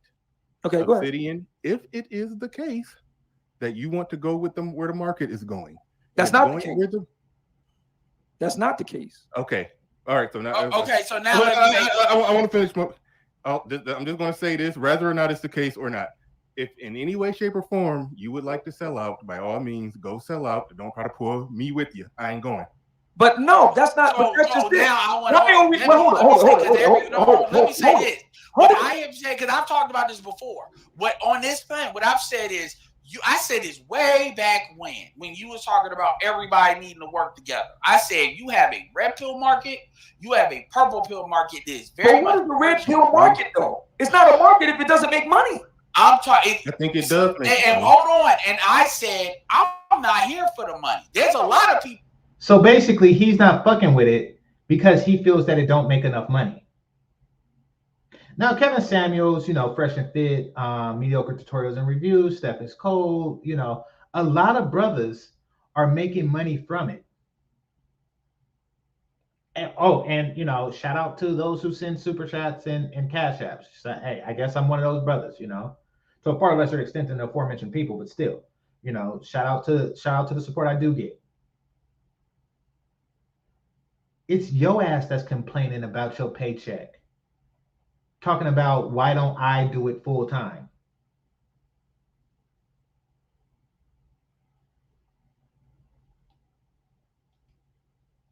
People here that are here for the advocacy of it. They're not here for, I need to put a YouTube channel. Like, nigga, my channel, come on, man. Does my channel look like I'm... So now you're conflating your own personal motivation. No, this is what... what I'm telling you is where the friction points are. And so, what's the friction point? Okay, the friction point is you have dudes that they may say they're about the advocacy, and they may be about it, but they're more about the money than they are about. This is why Oshay got hit so hard all the time. This is the main thing people kept going to. And so my point is, what I'm telling you, hold on, because I'm not telling you those things can't work together. So I'm not completely against you with this. The reason I brought up the sellout shit is because that's how people perceive it. So what I'm telling you is what people would perceive it. You know the motherfuckers, the Ramils, the people that follow him, the audiences, all these motherfuckers to get on my fucking nerves. You know what I'm talking about. So anyway, I'm gonna say this and I am done. My point is that if you keep bringing up all these chicks, the Melanie Kings, the Six guys, all of them. Right. If somebody needs to be over there, and let's say I don't want to say use the word compromise, but if somebody needs to be over there to tangle with them in that situation, is somebody that knows, you're one of those people. Because BGS is too old, he don't want to do that shit because he getting tired. Then you volunteered to want to do it. Like, and I've always thought that you're positioning yourself to be that guy, to be able to get in those conversations, actually have those conversations with them over there, because you're not necessarily against the relationship argument, which is why I said what I said in the beginning. Now, certain people are going to perceive that as selling out. I don't. But what gets on me is it's like you're trying to convince hardcore red pill folks. There are certain people that no matter what you say, like even the fact that you even had a black chick all this time, they're on some bullshit. For me, I'm happy for you because I think that just shuts all them folks up that used to act like used to invalidate your arguments. And I'm like, good, we can dead that shit and move on. But the point is, there are hardcore red folks that you're not gonna move. So if you move into that more, I don't want to call it purple pill, I'm gonna start calling it rose pill. And have that conversation with them because it's kind of you're still red, but you're entering into that purple shit. Yeah, and have those conversations. Purple. What I'm saying is you can do that, but certain people are never going to go along with that. I'm trying to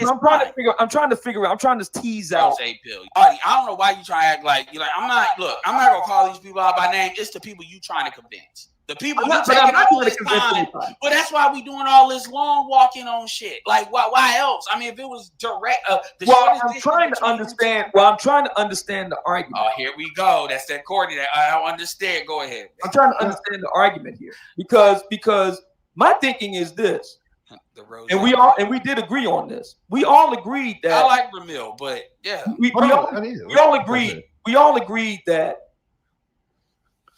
Black women that are content creators cannot be blamed if Black men want to come to them to get their red pill content. We all agree on that. Not really, because I don't accept the premise that they red pill, but we can't get mad at them because men are watching. So go ahead. Okay, fine. For simplicity of discussion tonight, fine. If they choose to watch them, fine. We can't blame them for that. We agree. Okay. So then that raises the question of what exactly do Black men in this space want? So we know what they don't want. Kevin proved that. Kevin also proved we know what the Black men in this space do want. Okay, we got that. So what in the world have you concluded that Black men want? Well, what we do want is on-code people that won't sell out any cause for money and sexual validation. That's what every person wants, and who they view. That's what people want. No, that's how you're trying to. And that's this audience, meaning Black manosphere, is more in alignment with World Star Hip Hop. And this is him trying to insult your intelligence or whatever. He's basically saying that, I see that you all are a bunch of World Star Hip Hop watching niggas, and you're not sophisticates like myself. Look at my suit. No, that's how you're trying to. And that's why people would say what they said about the sellout. Because see, it's you doing it right now. Wait, hold on. To say that they're in them niggas. To say that this space is more in line with World Star Hip Hop because Kevin initially went viral on World Star Hip Hop. Never mind the fact that he built his channel to where he was having a regular 2,000 live viewers before he went viral on World Star Hip Hop, which made him go even more viral on YouTube, which made people come to his channel, and they came and supported a non-World Star Hip Hop channel. So to try to make it seem like Kevin Samuels was World Star Hip Hop beef videos and hoes. No, that's not what I'm saying. You're shitting on Kevin Samuels to try to. That's not what I'm saying. Okay, somebody said Obsidian's going live right now talking about chaos. Listen. Obsidian is Arsenio Hall. Those of us who are old enough to remember know that Eddie Murphy was the hot thing of the time, and then Arsenio Hall was Eddie Murphy's sidekick in the movie Coming to America. So then what followed was Eddie Murphy gave him a small role in Harlem Nights, and then you didn't see and hear Eddie Murphy and Arsenio Hall together ever. And Arsenio Hall has been milking the fame of I Know Eddie Murphy since forever, more so than his brother Charlie Murphy. He has been milking that shit since forever. He got the Arsenio Hall show from it. He just like, yeah, I knew Eddie Murphy. Like, what are you famous for? I knew Eddie Murphy. He has been milking the Eddie Murphy thing since forever. So of course, Obsidian is Arsenio Hall. Arsenio is Robin, and Kevin Samuels is Batman. Arsenio Hall is DJ Jazzy Jeff, and Kevin is Will Smith. Rest in peace. He is always the better thing. He's ketchup, you're mustard. He's Tom, you're Jerry. You're always the more fucked up thing, and you have been eating off of this dude in life and death. God damn.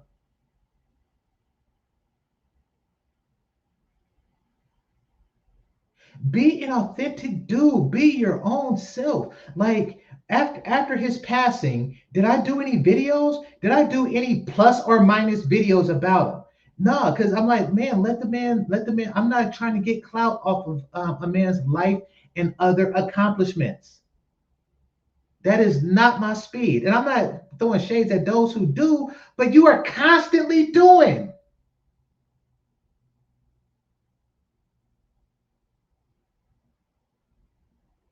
He has his tombstone. On your tombstone is going to say, I knew Kevin Samuels. That's you. Of course he's doing a video on that shit. He has nothing. That's not what I'm saying. Convoluted art. Okay, that's not what I'm saying. That's not what I'm saying.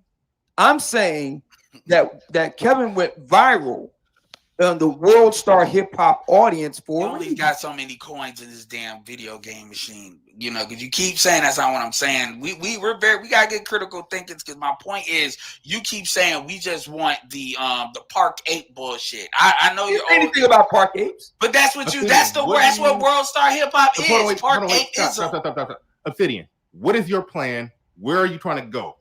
Where am I going? Yeah, explain. I said that from day one. Hmm? I said what the plan was for me from day one. Okay, okay. So you're talking about the change in market right now and going with the market and moving with the market. Where is it that you think the market is going, and what are you trying to move to with the market? Well, the market at present seems to me, in a post Kevin Samuels world, the market seems to me to be moving in the direction of boy-girl content. Okay. So it's always black women. So black women were always. The black women had their own thing where they had black men, but they were. Oh, and by the way, this reminds me, fuck all y'all local Oakland rappers who never had a hit, never did shit in 1996. Y'all all of a sudden, you know, rest in peace to my dog Tupac. That's why y'all careers is shit right now. I remember thinking that back then, and I hated them niggas then, and I hate niggas like that now. He didn't know you, nor did he give a shit about you. Rest in peace to my homie Tupac. Now I'm about to play this whack ass joint on the box. TV music #1. Yeah, I remember those days. And I remember all you lame ass rappers that tried to eat off his name. Fuck y'all.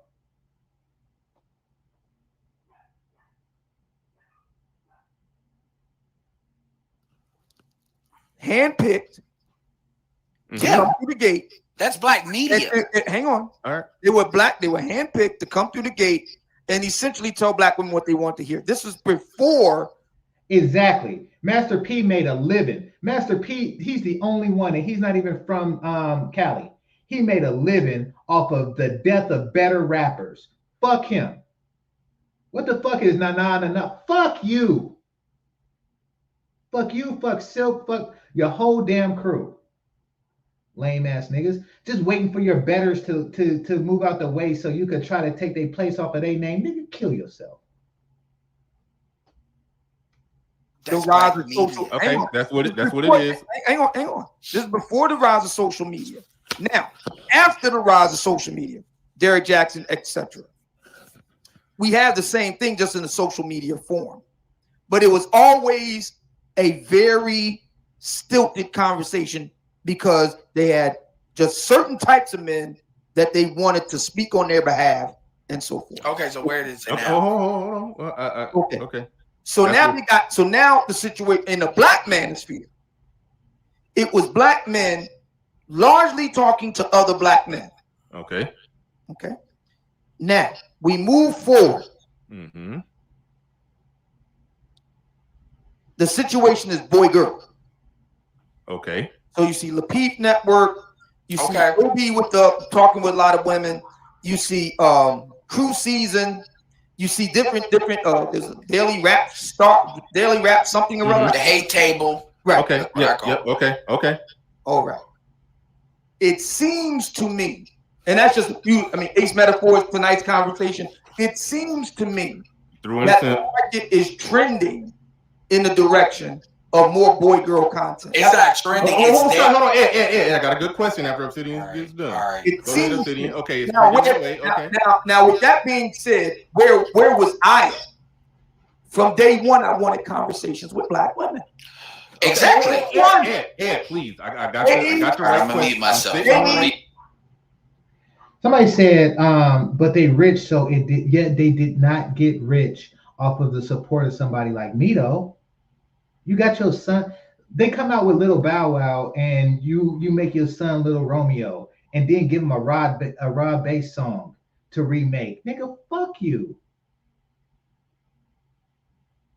You're right. They are rich, and they rich off of the dumbass niggas who still follow Obsidian, who do stupid shit like that, who don't know good, authentic shit.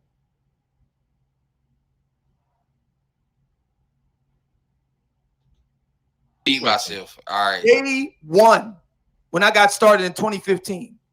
Day one.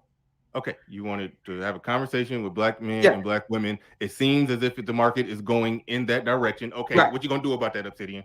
What are you gonna do? What am I doing? Well, I'm gonna have me and Miss Brown Sugar gonna have shows. Okay, so that's where we're heading. Great. Right. You said all that just to say that you and Miss Brown Sugar are gonna do the same shows that y'all are already doing? You asked me to. Why is he saying it like it's a brilliant idea?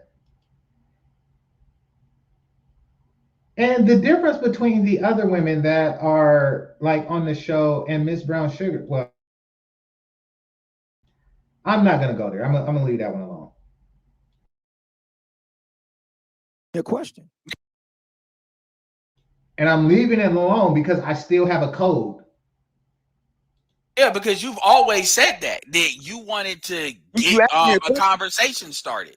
So I mean, but my question is, but here's the thing. Why all this dramatization about? Hey, salute to AM1. He from the town. Remember when Pac died and it was all those niggas on the box trying to eat off his name? I think Baby Ray was one of them. He had his 4 ghetto ass cousins be background dancers and shit. You remember that? And then they started putting Master P on bus stop benches and shit.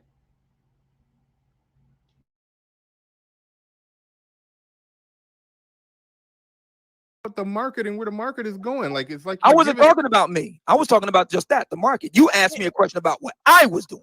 Okay, so all right. Okay, so there's channels. Okay, so we said all of this to just establish that there are channels where men and women talk and they have good conversations, and sometimes the conversations go viral. But that's not everybody's. Here's the thing: everybody's mission. Is not to grow a YouTube channel.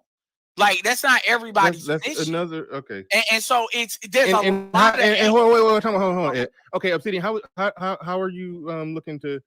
Never mind. Ed, I think you were onto something when you said he was, when you said that you like I said, that sellout manifesto. No, I think like I said, but it is. Like I said, the perception. But how can I be a sellout if I wanted to do that? But I'm telling you what the perception is, because understand by who. It depends on what. Hold on. Kevin Samuels talk. Hold on. Whoa. Kevin Samuels talk to women. He wasn't selling out. Obi from the We Need to Talk. He talks to women. He ain't selling out. No, Ace Metaphor is talking to women. I can't even say he's selling out because that's what he's been from the start. But either way, there's a such thing as men talking to women and talking about women and being pander bear simps, and there's a such thing as men talking about women and talking to women and standing on a square like Kevin Samuels. So how much? So the $1 million question is, which way you going? Are you advocating for going the pander route? Are you advocating for going to Kevin Samuels? Okay, so Keith, he's not. He's gaslighting the questions, but basically what he's trying to do is he's trying to exhaust the conversation. That's what Obsidian is trying to do. He just exhausts the competition, or the conversation with buffoonery, and then we just say, okay, I'm sick of this crap, and then it's and then he just claims victory after that.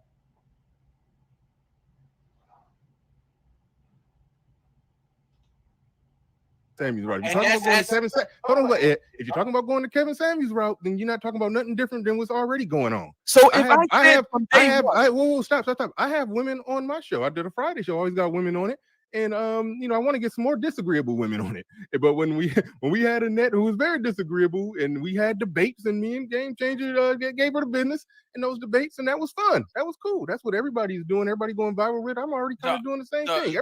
People talking to women ain't nothing. The problem that ain't a big deal. It sounded like you was building towards something else, and you sound like I know what it is. It sounded like I asked the right questions, and you copping a plea. That's what it sounded like. Who's talking to who here? No, the problem is that Obsidian, you keep on. The problem is what you seem to want is the entire manosphere. That's not what I said. It ain't about what you said. But I'm still giving you, because this is we have asked you about 8 different times. And you are not going directly to what it is. You have to ask me a direct question. Don't keep asking. Wait, hold it. Stop. What is?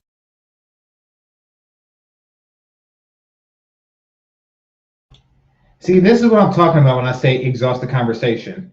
That's not what I said. It's like, say I say, I had a concert, or I went to a concert, and it was like, 11,900 people there, and then somebody say, wait, you just said you went to a concert with 12,000 people? That's not what I said. No, but they get the understanding of what you said, and you do too.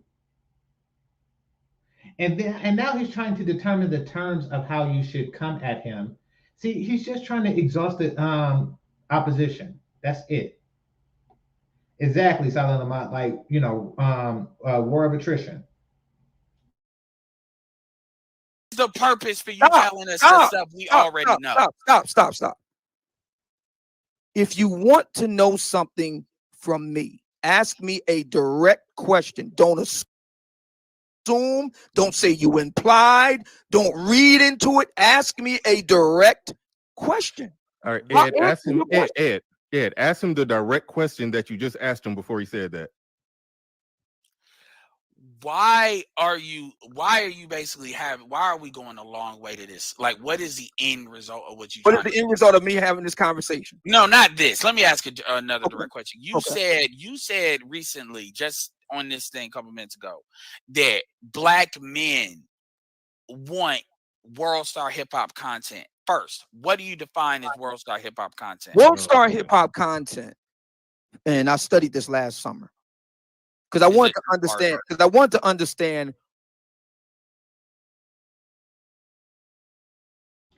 Okay, I'm not gonna say SBE or no shit like that. And no offense to the SBE dudes here, I guess, but I'm not gonna say that. But what he is doing is he's trying to shame men into watching him. Y'all don't want to watch me because y'all war star hip hop types. Like, nah, nigga, we don't want to watch you because you're a weird ass off code nigga with a limited understanding of manhood.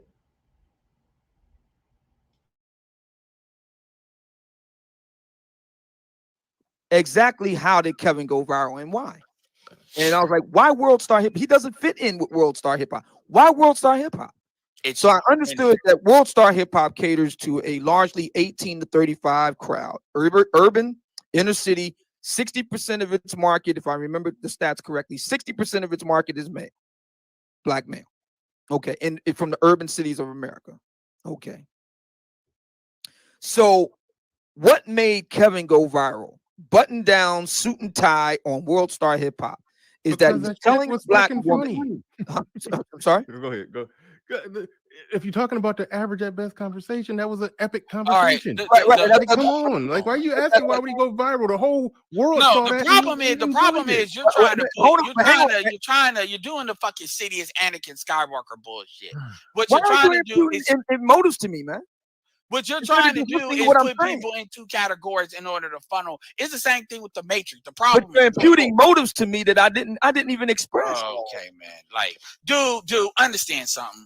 Like, you're talking to black folks. Like, from what does that mean? Generation. All right, fine. We're talking to black folks. What does that mean? Meaning we in you ain't talking to no African that don't understand like the culture about how we're talking to black folks. What does that mean? what it means is you don't have to say directly in English language what you're saying. Well, remember what I just told you about what politicking is.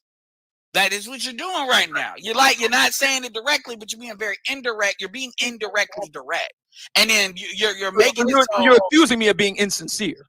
What I'm accusing you of is trying to find a right. There is not going to be a right way to say. Look, what do you want to say? My thing is. Well, then you know what I'm going to say then. So what am I know you've been implying it the whole time. What am I saying? Okay, so let's get right to it. What am I saying, Edward? What you're saying is you're either part of the solution or you're part of the fucking problem. That's not what you're saying. Is not what I said.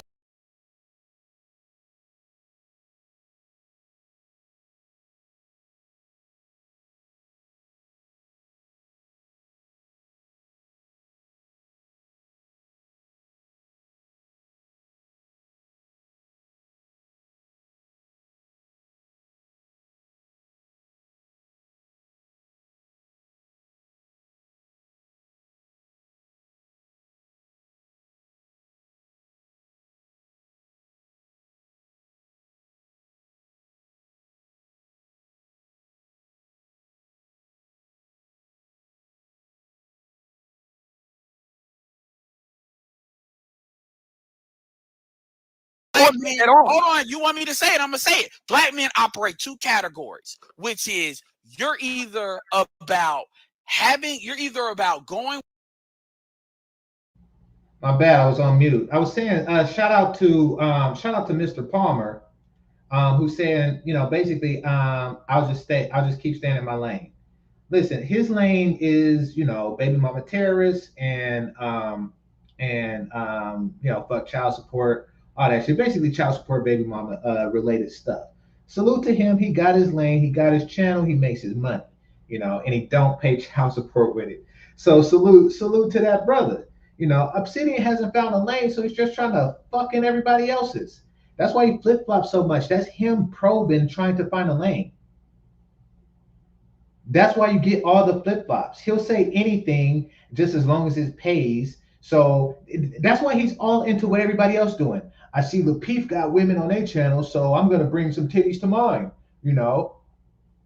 Ms. Brown Sugar titties, because that's what I think is going to work for me. What's working for Mr. Palmer works for Mr. Palmer because he is an authentic dude.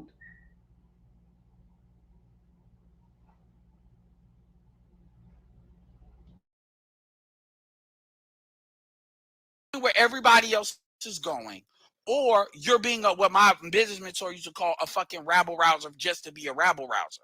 And this is the same shit Obi said.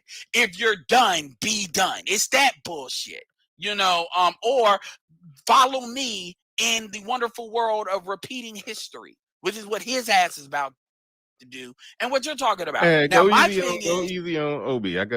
He's actually coming on my show.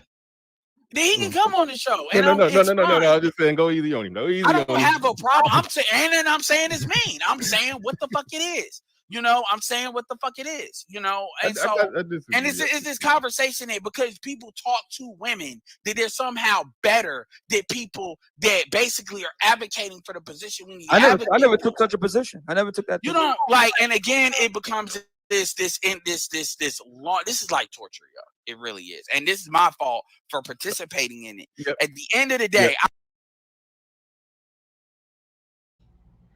all right. Pablo said Obsidian been doing that. He admitted it. I know. Y'all act like I've been fucking with this dude.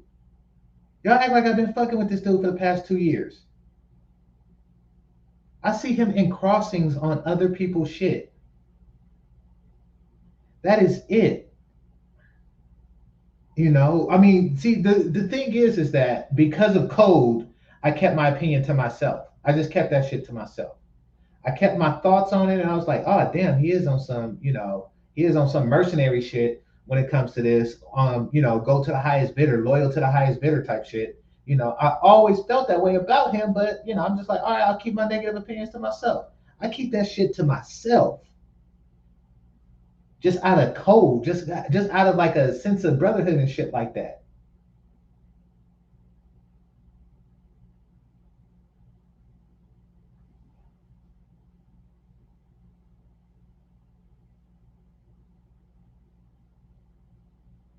What the hell is Silent Obi?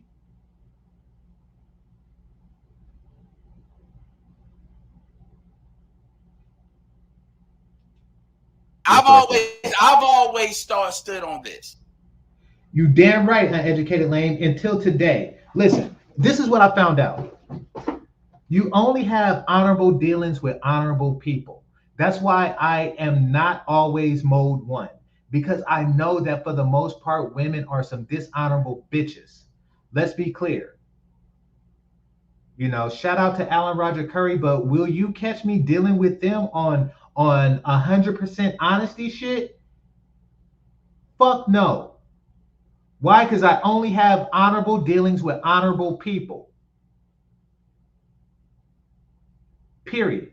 Fuck all that. And he proved himself today, this morning, to be dishonorable. So fuck it. I fight on your terms or greater.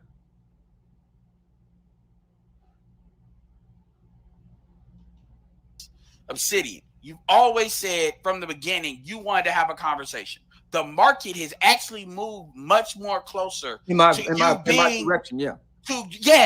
So the fact that and then hold on, and then everybody's always said you wanted to have a conversation because at the end of the day you couldn't get a chick. You have also proven the whole time you had one, which is actually the long joke in your favor. Ha ha, you dumbasses. Hold on. So my point is you would actually be the least person that would be called a sellout. But the problem is, it's almost like it depends. It depends. Hold on. It depends on that conversation. It's almost like in your head you believe that. So you force us to have to hold on. It's like you believe that, so you force us to go along this long conversation because you want the whole majority to agree that this is the way we need to go. Believe anything. I didn't say that everybody has to agree with me. Everybody has to agree with anything. Obsidian, if you had a woman on your show every day and you handled those conversations like Kevin Samuels, nobody would call you a sellout. If you had women on your show every day and you pandered to them, you will get called a sellout. So this whole soliloquy, not soliloquy, all the questions you were asking about. So I would say it was 5,000 words, but it was long. I didn't even read the whole thing. I just like skimmed through it, and then I seen he had a paragraph dedicated to me on it. So that's why I'm clapping back. But basically, so Bernard, him, and I talked about this like yesterday, like around noon, and he just stewed on this shit. And it was really just to help him. We trying to privately help him. He stewed on the shit, woke up like at 7 a.m, and start writing fuck shit. Weird ass nigga, I swear.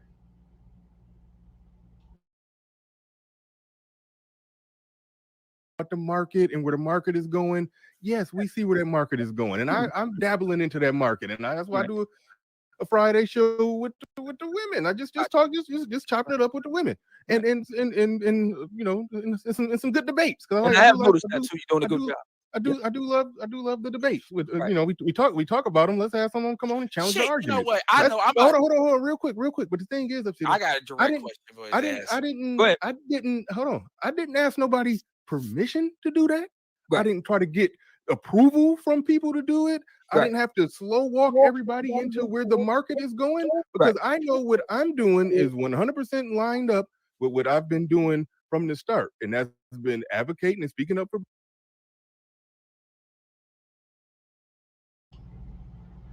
I keep it 100 with 100 dudes. That's how I roll. I keep it 100 with 100 dudes. But if you ain't got a code, fuck you, nigga. I ain't got a code.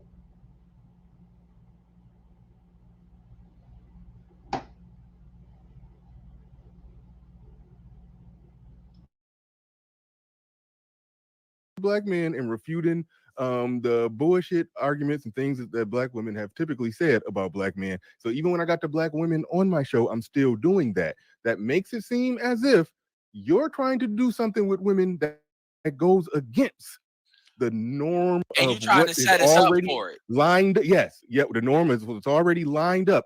That black men in this space have been doing. Everybody from BGS to Angry Men have had women on their channel from time to time, if not in some cases, regularly with BGS, where they stood on their square, they picked apart the bad arguments and didn't go for no bullshit. Like, and they call BGS. Time out. That's allowed. Right. That's allowed in this space. And by the way, real quick. What's not allowed is the selling out and pandering. Right. If you're trying to slow walk, hold on. If you're trying to slow walk everybody into selling out and pandering, no. But you're free to go. But selling out is not talking to women in and of itself. But it's interesting how you set this up. And by the way, they call BGS a sellout for creating BGS for women, just so you don't act like I'm trying to tag you with something. Go ahead. Can I finish? Yeah. It's interesting how you set this up, Bernard, because it's on the one side, you're either having women here to have adversarial conversations, here we go. or you're pandering to black women. What if it's just a couple just getting along with each other? You're telling me, go do it. Let me finish. Go do it. Let me finish. What if it's just a couple getting along with each other and having great conversations? You're telling me the black manosphere has no space for that?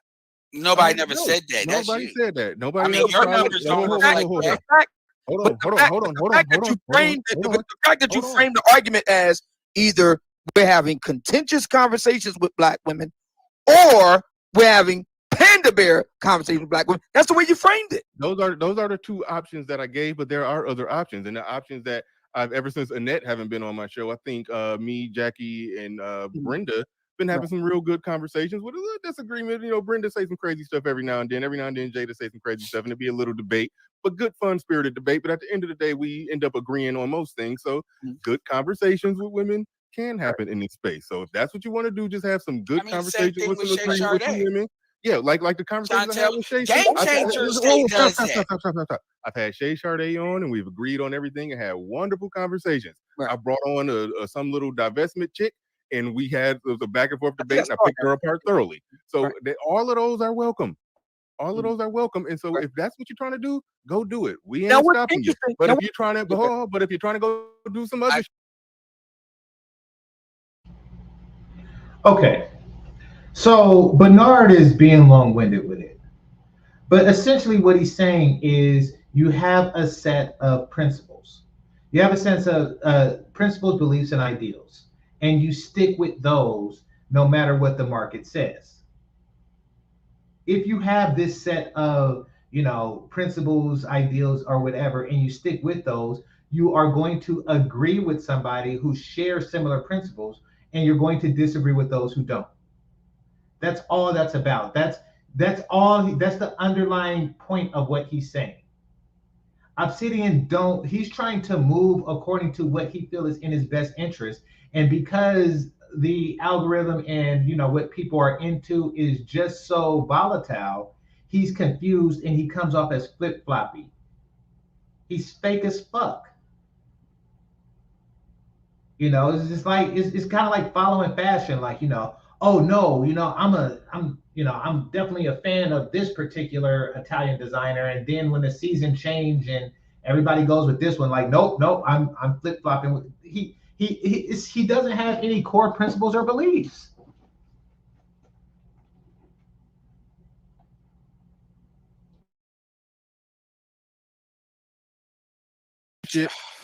That ain't no. Hold on, because I do gotta go. And the direct question I'm gonna ask is here, because this is what the fuck I'm looking for. I'm speaking for me. What I'm looking for is you don't even gotta really directly say it. But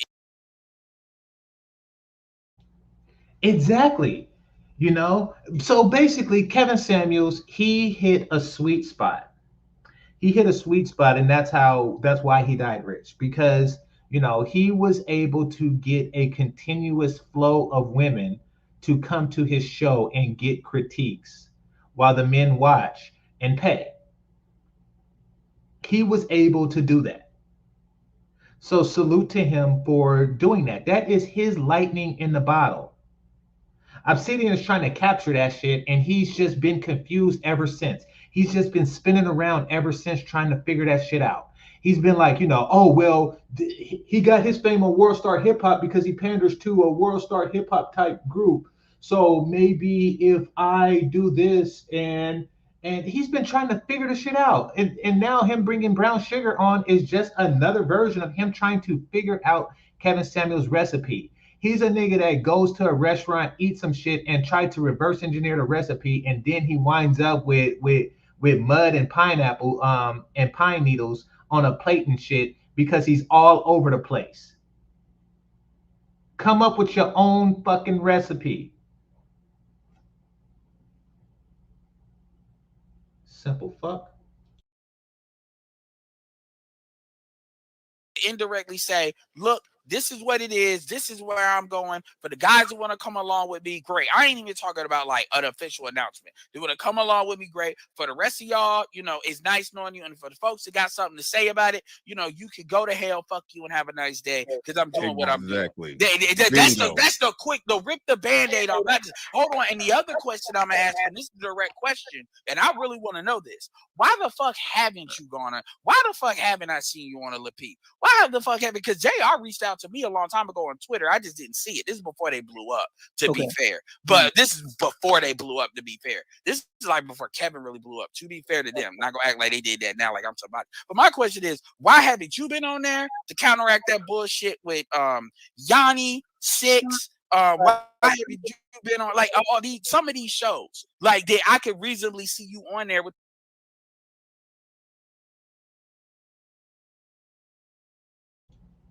The shows that Edward is talking about requires that you cam up, and Obsidian don't cam up. It's weird as fuck. It's weird as fuck that that he picks up and not cams up. It's weird as fuck. It makes me wonder, like what is he hiding?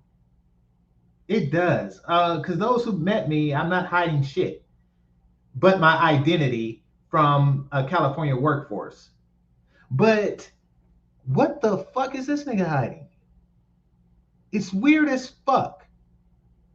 And you full time in this YouTube shit, so you have every reason to do it. Bernard has every reason to do it, even Edward. Just saying.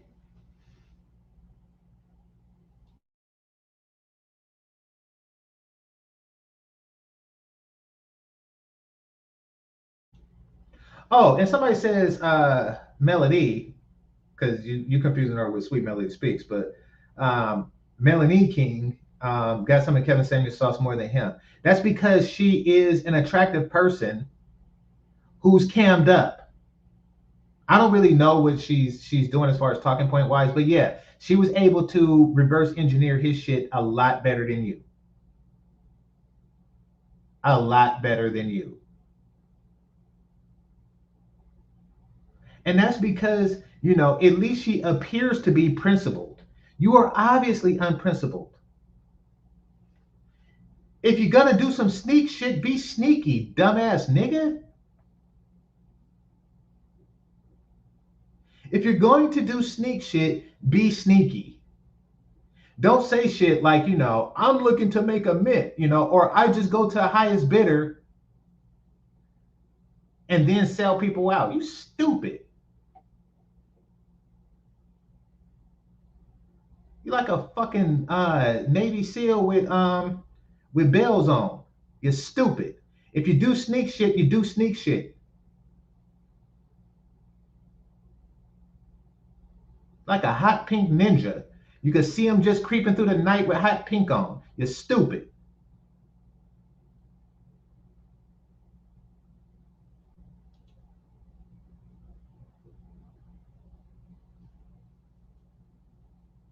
His grill needs remodeling. That's why. So what, he got gold teeth or something? Like he putting some new ones in? I don't know.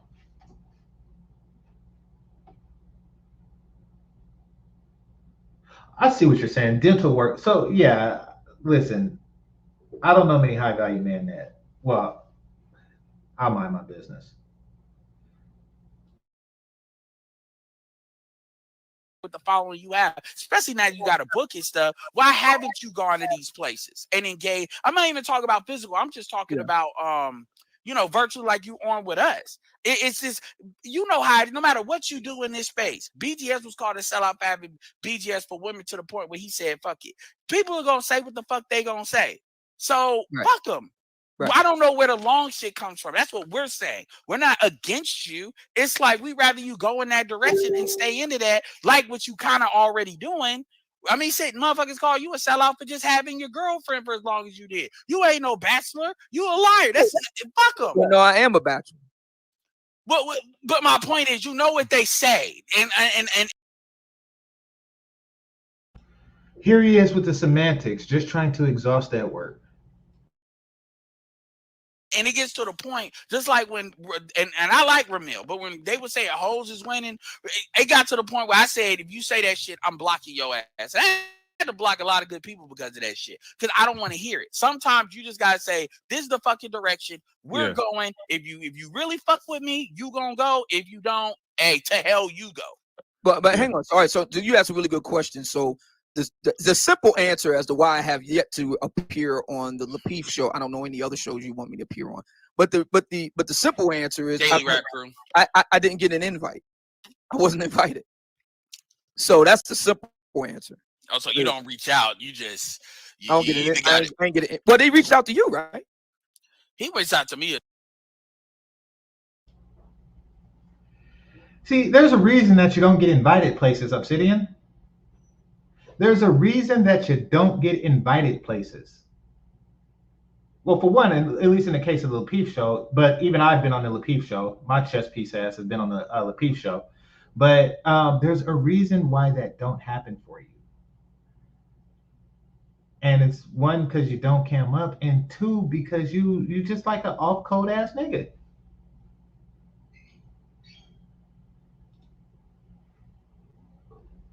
Twitter.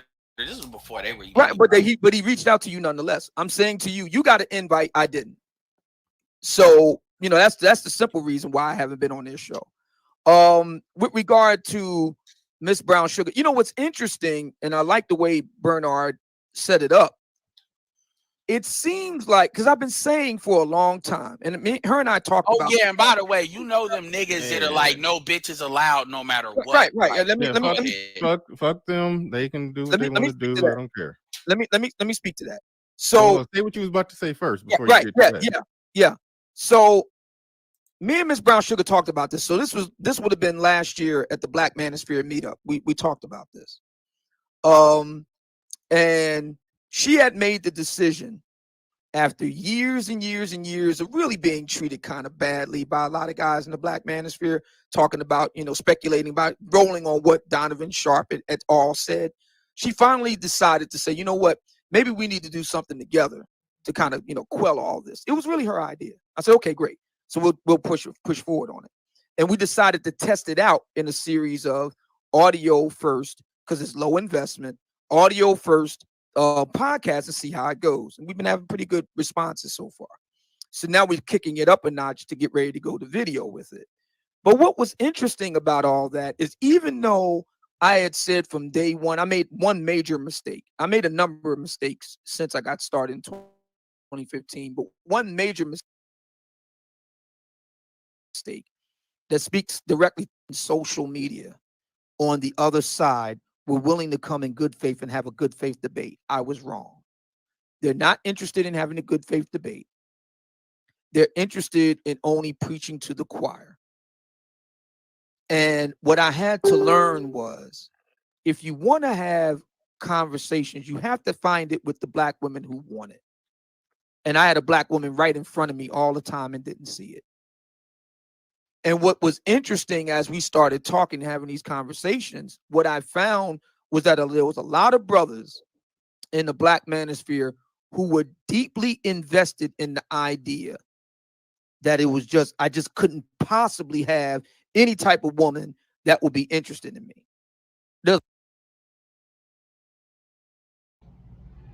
Keith Lamont said, Obsidian looked like that nigga Kermit from Paid in Full. Oh shit.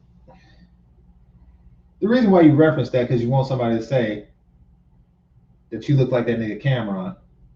I know why you brought that shit up. I know why you brought that shit up. But Kermit was tall, Keith. Kermit was tall, so yeah. There's a lot of brothers that are deeply invested in that idea. I don't know why, but they are, for whatever reason. And the other thing I learned is, and this is something that we're going to be challenging together. Hey, speaking of camera, it was a trip because I just so happened to be in DC. And I'm not there all the time. I was there for Howard Homecoming. But just so happened to be in DC when that nigga got shot there. I think they announced it in the club I was in. No, they didn't, but I heard it through people I heard it through people. They didn't announce it, but I heard it through people. Like, hey, Cameron got shot. Cameron got shot. I was like, God damn, come to this motherfucker one day and y'all shooting like y'all shooting famous people and shit. So I was just like, damn, that's some cold shit. Just saying.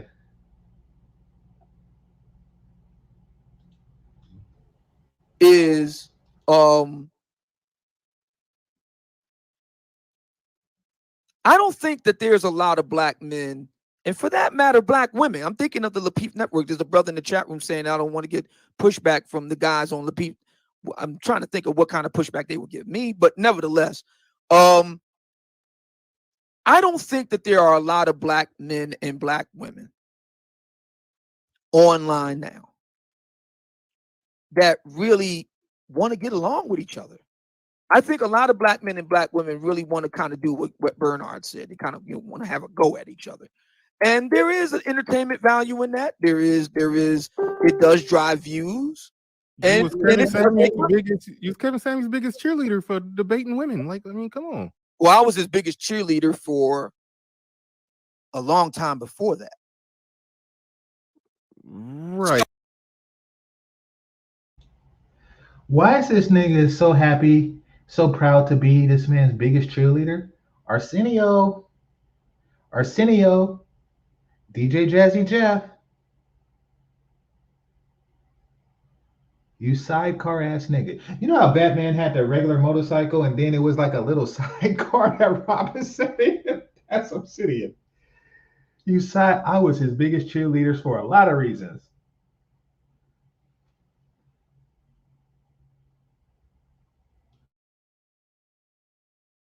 So you know, I was not you understand, like your career in life's work is built on countering. Well, I mean, at one point, your career in life's work was built on countering, refuting black female arguments. It is today. I just got finished doing a podcast where I was responding to Ace Metaphor, and I just dismantled him with the facts. So I still do that to this day. This is the reason why this idea that me being a flip flopper is ridiculous.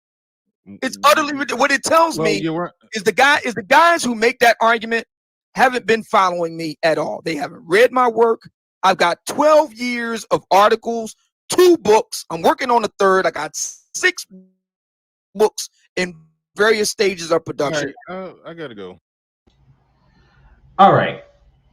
Salute to because people talking shit about his relationship to Kevin Samuels. Here's the thing about why Kevin Samuels know how to deal with niggas like Obsidian. Because Kevin Samuels is in a fraternity. Or rest in peace, he was in a fraternity, or however that works. Maybe it's brotherhood for life and thereafter. But nevertheless, shout out to the noobs, right?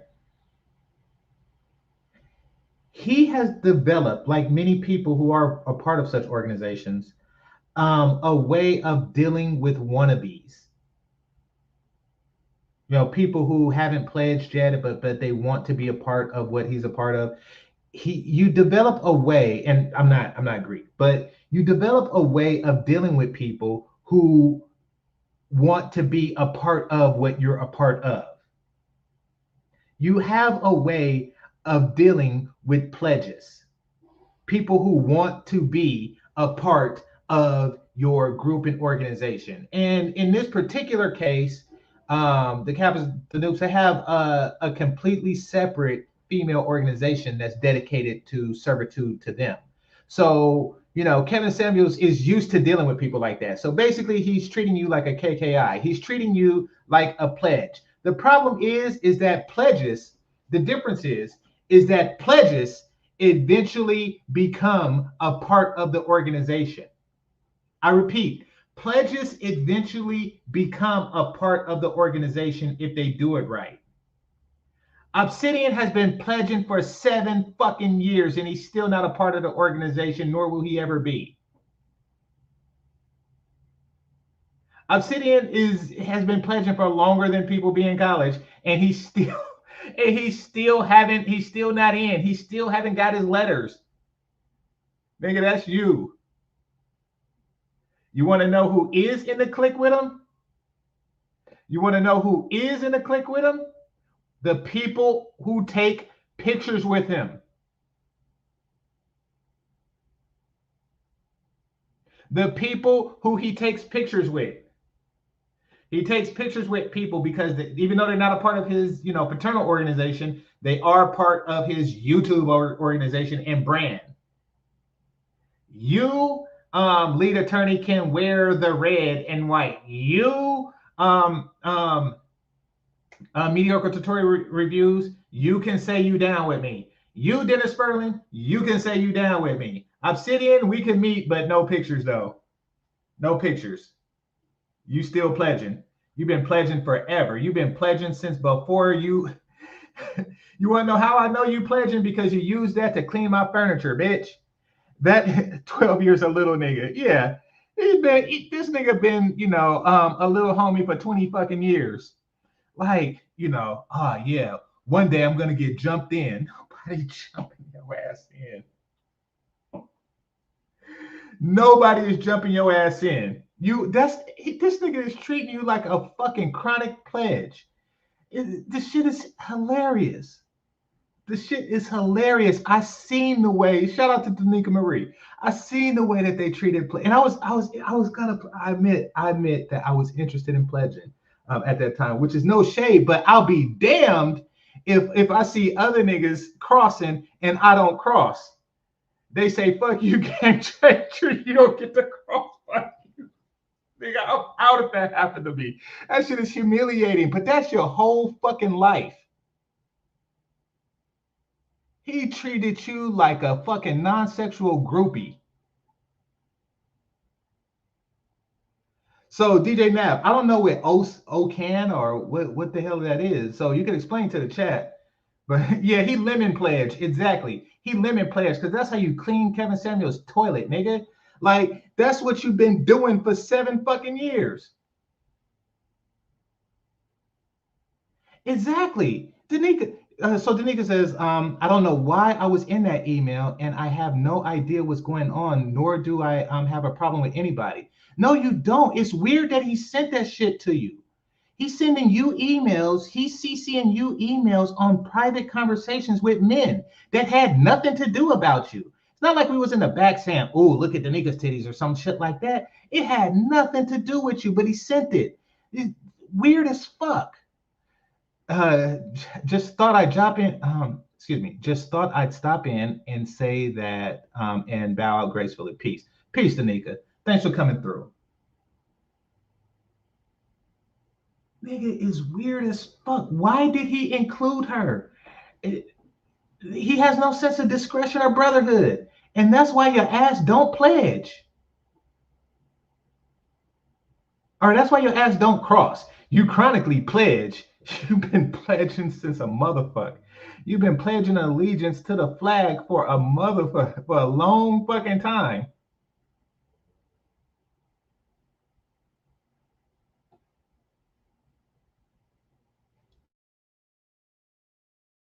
These people haven't paid attention to what I've said.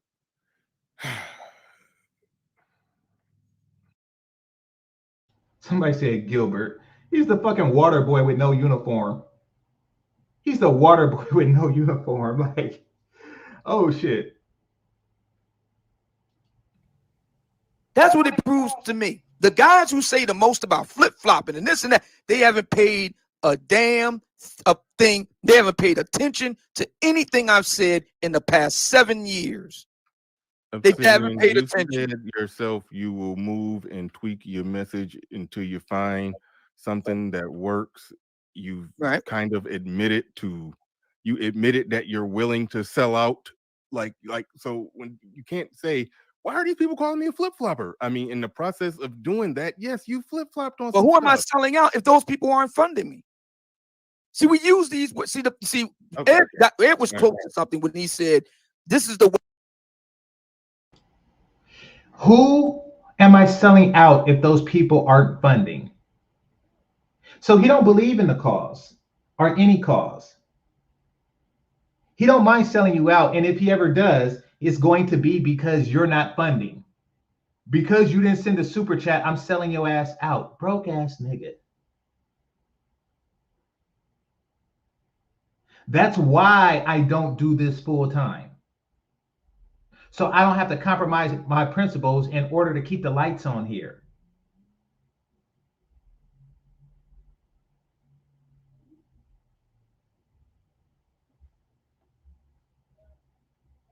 Somebody said, GC implied Kevin Samuels is treating Obsidian like the ugly chick the fly dude would never be seen with. He is the ugly chick that the fly dude would never be seen with. They haven't taken a picture together. When Kevin Samuels, he takes pictures with attractive chicks, don't he?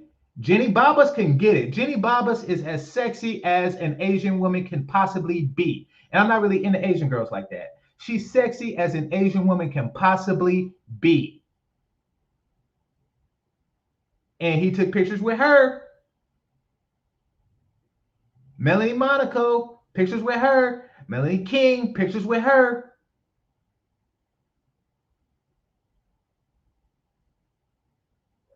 That's what you're exactly right. Treating them like an ugly bitch.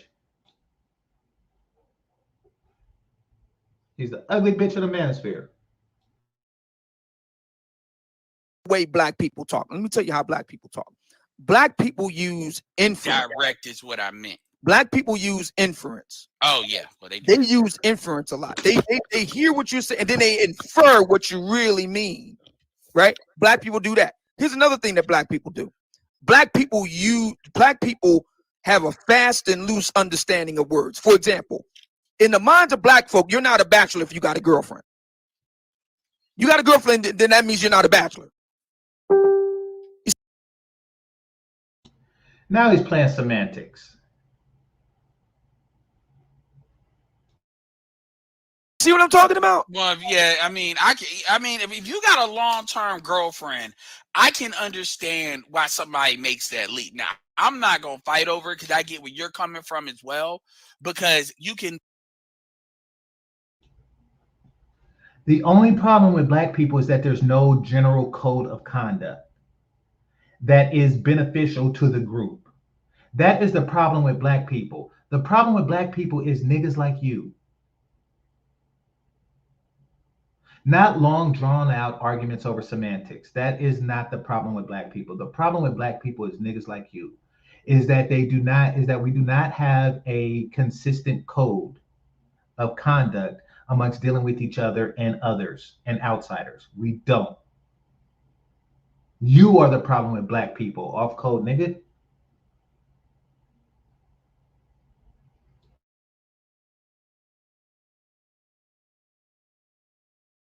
You could make an argument pointing out George Clooney, a lot of Leonardo DiCaprio. They're always considered bachelors because it's either you're married or you're not. Don Cheadle had his black chick for 20 years before you. So I get where you're coming from, but I understand why other people say what they say as well. So, I mean, we get it. But at the end of the day, my point is, we have this. It's almost like you want to run for president, not even the president of manosphere, but you want to go a direction. You're going a direction. It's like the issue is if I just explain it to certain folks, right? Here's what's fucked up about a lot of people, and this is what's in this space. Okay. There's a lot of dudes that, let's say you go on a Lapeef, let's say you go on some of these shows, whether it's virtual, whatever, however you want to show up there, and then the conversations take off because some people are saying you having a conversation with Anton would be a good conversation, you know, and these things start getting viral, kind of like how Courtney got on, Obies and it went viral, right? Like she did a good numbers on his stuff, and or if you start talking to Zoom to Hold on, real Thailand quick. or whatever.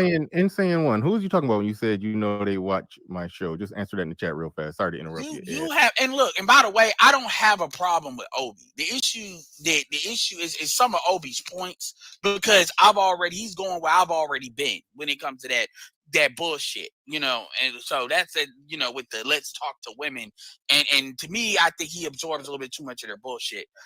But whatever. And I also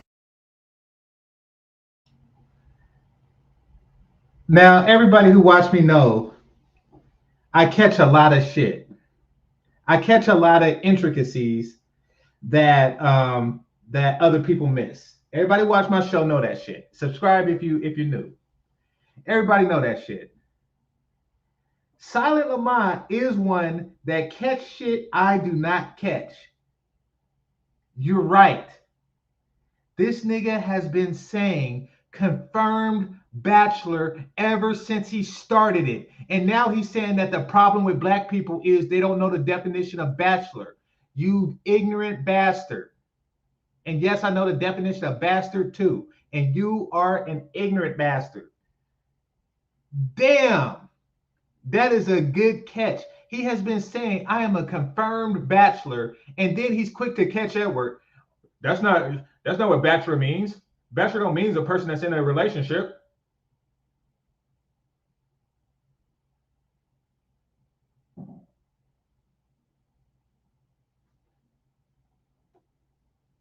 Well, actually, let me think about it. Hold on 1 second. No, wait, was he arguing with Edward that he was or wasn't a bachelor though?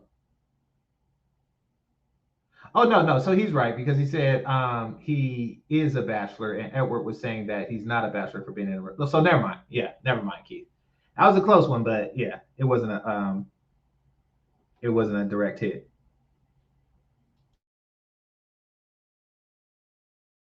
Hold on. No, you ain't heard what I didn't heard, and I'm tired. That I didn't know shit is really getting on my nerves with these chicks. You probably heard something I didn't hear. Every time I watch him, he is adequately asking the right question. No, you need to see him when he's on other people's shit. Okay. Like when he was on Zoom. My point is, like, anyway, I'm not even going to go into that. But I don't have a personal issue with him. But you know how I am. I whether it's Kevin, whoever, I just stick to what it is. But going back to what you is, the sad part about it, Obsidian, is if you were to get on these shows and the shit start to blow up, all these niggas have got something to say, will all of a sudden not have nothing to say no more. Of course. A lot of them. Just like how with Kevin, a lot of people that didn't give a fuck about Kevin, all of a sudden gave a fuck about him. And when he passed, you know, gave a fuck then when they was coming. It's like that.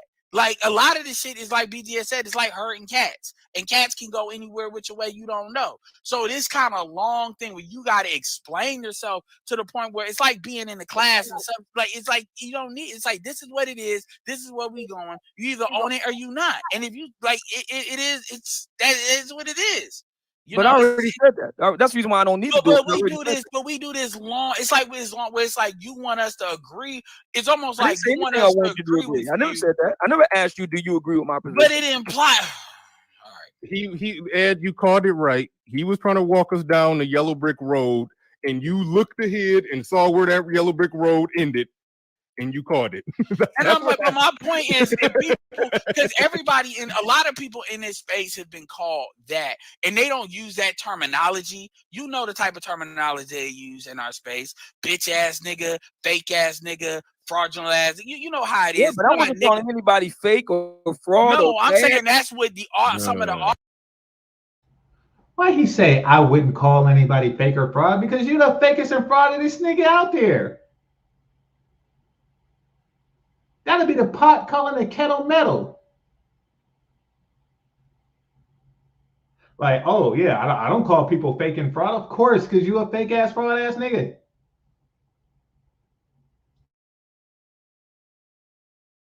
Audience applies to some of the bigger. I wasn't saying that the market is bad. I'm just simply saying let's find out what the market is, and I think we have enough information now to determine what the market is, what black men want.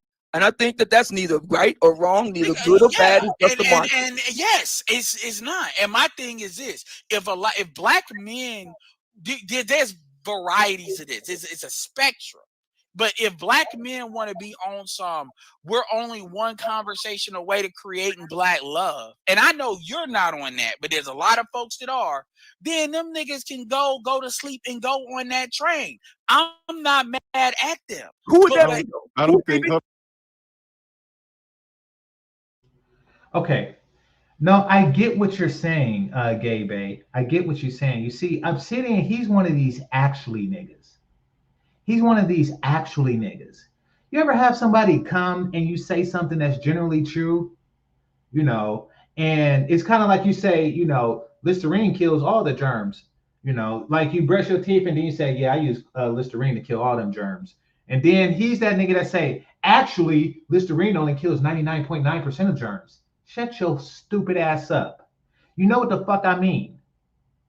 You know, like if you was to say something, yeah, I hate those actually niggas. I really do. You say some shit like, you know, like, no, mammals tend to give birth and instead of her lay eggs. Well, actually, the platypus off the coast of Australia lays eggs and it's a mammal. Shut your ass up. You know what the fuck I mean, nigga?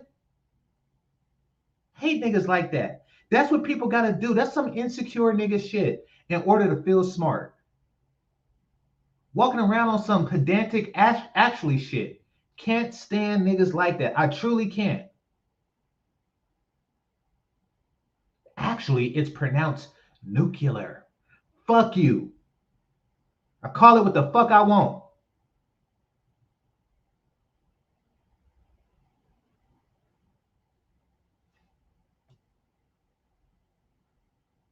He said he's that nigga from Pootie Tang that repeats everything. Yeah.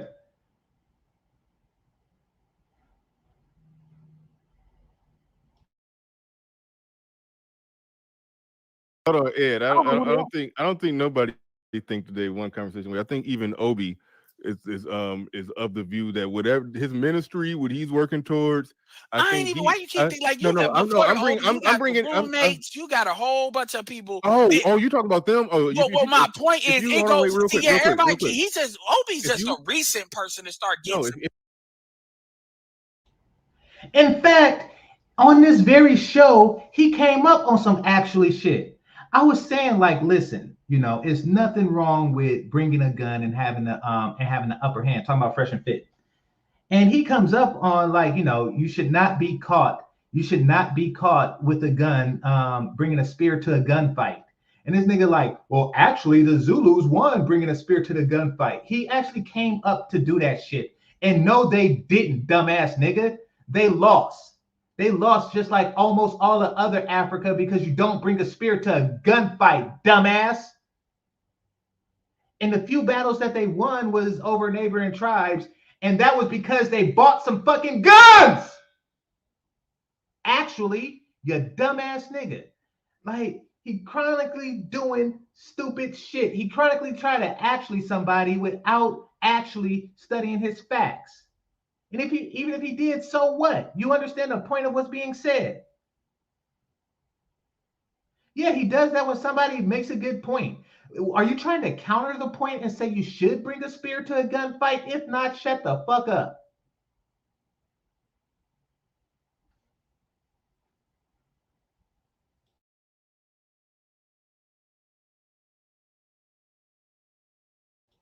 Actually, if you're talking about, so people are critiquing him, but if you're talking about if you're talking about the real actual pandering simps, then the roommates are not even the worst. Like there's degrees, even them. I wouldn't even call them that actually, but I will say there's limits to where they would go. There's lines they're not going to cross. So like, give me an example of a line a red line they won't cross. I'm just curious.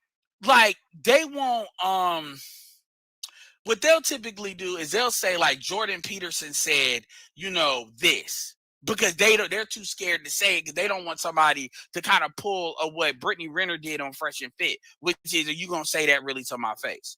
They won't say, or I'll give you an example. Okay, yeah. But Corey Holcomb said where a 41-year-old Kendra G said she wanted a man with no kids, and Corey said you too old to hope for that. Or like what Kevin said, when Kevin said you froze your eggs. There's things roommates are not gonna say, even if it's logical, because that's going to break their audience. So if anything, that they'll go and somebody else said this, what are your thoughts? And I don't completely begrudge them for that at all. But my point is they're not going to keep it all the way 100. And that's one thing that made Kevin special, was Kevin was able to do that and still get money off of it. And most of them ain't broke that ground. Who else? Like when you look at Nate the Billions, don't even get me started on them niggas. Like them niggas, they throw other black men under. My point is nobody is in this absolute thing. And by the way, Jackie asked, what is purple pill? Purple pill is the acknowledgement of red pill truths, but you still gonna have a relationship anyway, up until including marriage, because at the end of the day, you think you that nigga and you somehow operate outside of it. And so, like, you could argue, some people argue Rolo Tomasi is actually purple pill for that very reason. So fine with purple pill folks is they don't disagree with what we say, but they still say, what about black love? Or they're, you only gotta find one woman. I defined it as, or I understood it as, is that they are red pill aware, like they know better, but they ignore the fuck out of everything. They'll even deny it. Like the blue pill person is pill person. He knows they're not made of sugar and spice and everything. How it shows up in a relationship is how I just said it. Yeah, that's why I always define it as a man could be red pill in a relationship, as long as he's running that relationship and he in control and she's bending to his will and he ain't bending. Red pill, black pill has been turned into the new. So there's a marketing way about it. Like people talk about racism may still exist, but it's nowhere near like it used to be. Now that's still technically true. Okay, so let me it's degrees. So let me. This is from the real quick. Hakeem, thank you for that super chat. I do appreciate that. He said, anyway, and I gotta bounce out, so I appreciate y'all. Good man, Ed. I'm leaving when you leave. He said, but Hakeem says, Bernard, you're a good man. Thank you for that super chat. Do appreciate that. Also, thank you for that super chat. You're taking shots at. Oh man, I don't know if you want to respond to that, but thank you for the super chat. Appreciate that. Yeah. He says that he not only do I argue like a woman, but that I argue like a homosexual. And I asked. I didn't. Hold on, wait. I didn't even see that. Okay, somebody accused this man yesterday of arguing like a woman, and here he is gossiping and shit about stuff that men talk about privately. This nigga ain't never been in a locker room his entire fucking life, or a barbershop. That explains the hairline. This nigga ain't never been in a fucking locker room or barbershop his whole fucking life, and you know not to just CC women on some shit that even the women are like, I don't know why the fuck he sent this to me. I tell you why he sent it to you, Danica, because he's a weird ass nigga. Trust me, I don't care. I do not care that he sent it to you. He didn't give away like any. First of all, I don't really like gossip about you or any other chick in the back like that. But you know, he's not giving away anything major. You know, he's not saying anything that's just like ridiculous. But the fact of the matter is, it's none of your damn business, and you know it. So why in the fuck is this nigga off code like this? Why in the fuck is this nigga off code like this? Why? Because he's behaving like a woman. He's fucking gossiping. He's fucking gossiping. Like a fucking Georgia socialite with a big puffy dress and an umbrella. That's you, nigga. You spilling the tea ass nigga.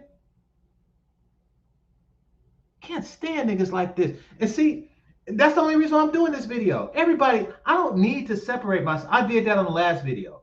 I did that. Everybody know I am not with this nigga. This is just a rehash of why. This is just a rehash of why. Why? Because niggas like this is off code than a motherfucker. You can't do shit with this nigga.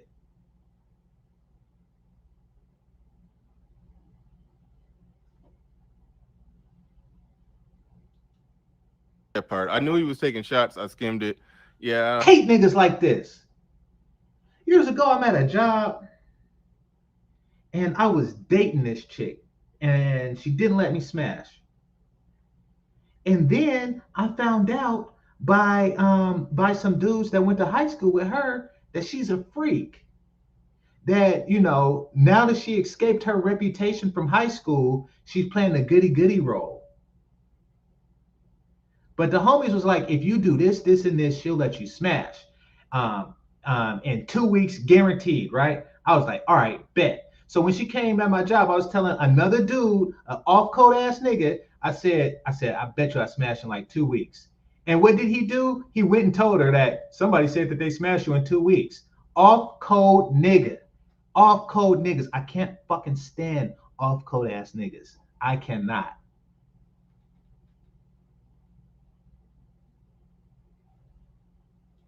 I don't do somebody got on real quick. I don't care if somebody y'all can make listen. I've made some harsh critiques of Obsidian today. I don't care about harsh critiques.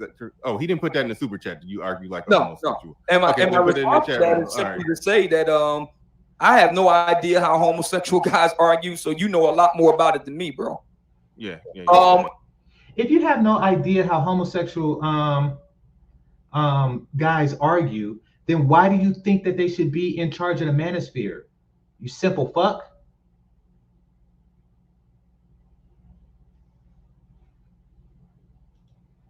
To no end. And one, I was like maybe like 19, 20. This dude was like maybe like 26, 27 and married and shit. He just did that shit just cuz. I cannot stand niggas like that. You know, you and I shared conversations. Never did that shit leak back. Salute to AM1. Subscribe to his channel. For years. You and I had shared some conversation. Shit, you know, we didn't go on vacation together, but we was on the same island at the same time and shit. Like, listen, what goes on with, you know, that's town biz. What goes on between AM1 and I, what we say privately, that's town biz. Fuck everybody else. Because he understands that there's a general code amongst men. And so do I. I don't know where the fuck Obsidian is from. Is that how y'all get down? Is that how Philly niggas get down?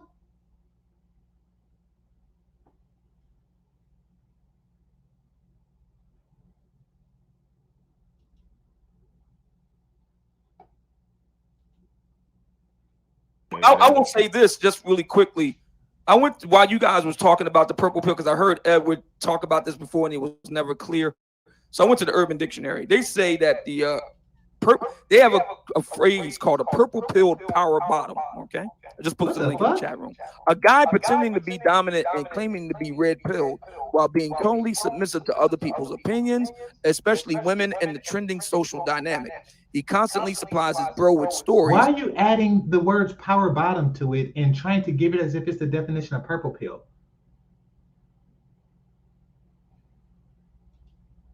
No, I'm not going to put that on Philly niggas. Just like I don't want y'all to put ism on town niggas, okay? Or town brothers. Just to be clear, that's not, yeah, he don't represent us. Nah, but anyone know what I'm talking about. Like, it's just, like, what in the fuck? Nigga, you didn't get your ass kicked enough in high school to just go around off code like that. What the fuck is wrong with you?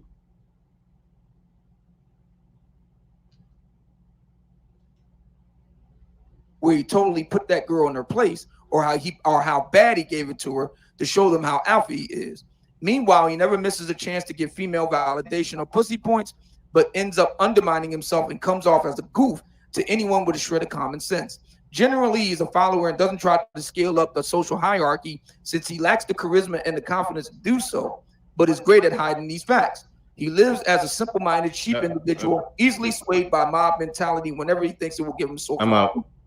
I'm out. I don't know what purple pill is, and I just figured out while you were reading that I don't give a fuck what purple pill is. Exactly. That's why I don't get into the pill business. Yeah, so I don't know why they keep using it. I don't know what it means. Well, no. I mean, if that's the definition, then I think it has little to no meaning. Yeah. I understood it as I have my way of understanding it, and but now I don't even give a damn. All right, whatever. It's like people saying in the chat, too many pills. I think whoever's saying just somebody said take the man pill or just be a man or a man like the man. I mean, that's the man. At this point, it's just people. It's just your own. It's different. It's branding at this point. I don't do the pills. I just have the mindset of a man. Something like it's okay. But then say all the same shit to people that call themselves red pills say. I mean, a lot of people dance around and skate around. I think we are generally saying the same shit. They're just calling it different stuff, and people argue over the term. But so it seems to me, in closing, Bernard, it seems to me that. And it is interesting, this dynamic with me and Miss Brown Sugar. So it seems to me that the Black manosphere does seem to have two, and you characterize it right. It seems that they seem to have two major views of dealings with Black women. It's either contentious, for the most part. It's either contentious or it's pandering. No, that is incorrect. Those were the two that I used. This nigga is an imbecile. I didn't say those were the only two. Going forward, when you quote me on this, do not say that Bernard, because you always, whenever you quote me, I always be like, nope, you didn't get it right. So I just want to make my position clear. There are many ways to have discussions with women. When it comes to my show, I think shows are most entertaining when there's debate. We talk about women. Yeah, it's a degree of contention. We talk about women. We criticize women. We pick apart their arguments. I heard you the first 4 times. We pick apart their arguments. Damn, this nigga's annoying. I think it's nice if they come up and they disagree, and we have a conversation, a back and forth conversation, and get more down to the bottom of it. Right. And also, there are men who, like you review Ace Metaphor, who pander and simp and all of that stuff. Right. That happens. Then there's also conversations that I have all the time with Jackie and Brenda. Make sure you include the third option when you misquote me. I also have a lot of good conversations on the air with Jack. So I came in like right after this in the back thing because I was thinking that the show was still going on. So now I see what led into that conversation. Bernard is sick of the shit. Bernard is sick of this off-code ass nigga that's just misquoting him and making people think that he's into the same weird ass shit that he's in. He's sick of that shit. I mean, he wasn't saying that, verbatim, and I'm not going to misquote Bernard because this is still a matter of code and shit. But I can tell my conclusion from the tone of the conversation was that he's sick of his shit, and I'd be sick of the shit on his behalf. Bringing down Bernard's name because he's trying to be patient and neutral, and you just continue with the fuck shit. And then go around misquoting him. Jackie, Brenda, and Jada, where we agree and have good, fun, fruitful conversations, high five, have a good time, and go our separate ways. Okay. So those conversations are permissible as well. So okay, where else in the Black manosphere does that happen? It happens here. We got that. Fair enough. Where else does that happen? Because see, over at the Lapeef Network, my observation of them is that it's highly contentious. It's a little bit of both. So when they agree, they agree. When they disagree, they disagree. That's typically how conversations goes. That's typical battle of the sexes. Men, there's men and women think different a lot. They tend to disagree a lot, and they have a lot of debates. So I mean, I don't see understand that you want to be. I already know. I've observed you enough to where that statement that I made when I didn't say those were the only 2 options. Okay, but I did give 2 options. You're going to build a whole series on that. And no, actually, I'm not. I think you're either yelling at a woman or you're pandering to a woman. Actually, I'm not. I'm just saying. I'm just trying to understand where the lay of the land is. So okay, go Obsidian. Just go lay your own land. That's where I'm at with it. Just lay your own land. But where is this coming from? Where's what coming from? You're saying that you and Edward seem to think that I'm trying to get at something. I'm just curious, man. I just like to be curious, just to ask. You slow as fuck. You're asking the same questions over and over again because you don't get it, because you don't understand basic principles of manhood. That's what they're saying. They're saying that you are out of basic principles of manhood, the type of shit that you learn at 14, 15. I don't get it. Of course, it's not meant for you to get. Just like I don't try to teach basic principles of manhood to Sweet Melody Speaks and expect her to get it. I don't expect her to get this shit. That's right. That's why you don't get this shit. I don't get it. Why are you saying that something is wrong with my behavior? I don't get it. We've been talking about it for the past hours, and I don't get it. Of course you don't get it. That's why you still went and did the fuck shit with the email. Slow fuck. Questions, that's what I like to do. I'm very curious. I just like to ask questions for their own sake, to no particular end, just curious. That's it. Okay. All right. Great bit in the building. He said, appreciate the conversation, gentlemen. I do appreciate you. Thank you for coming on through. Thank you for everybody who have supported the stream. I think, I mean, I've ran. Listen, I don't care how you learn it.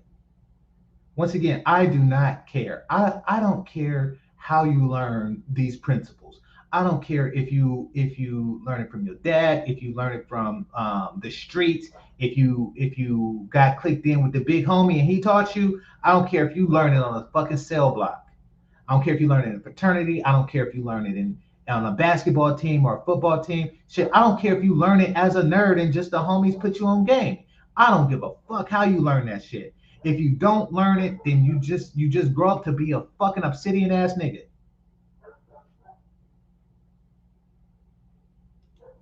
Ran out of spit.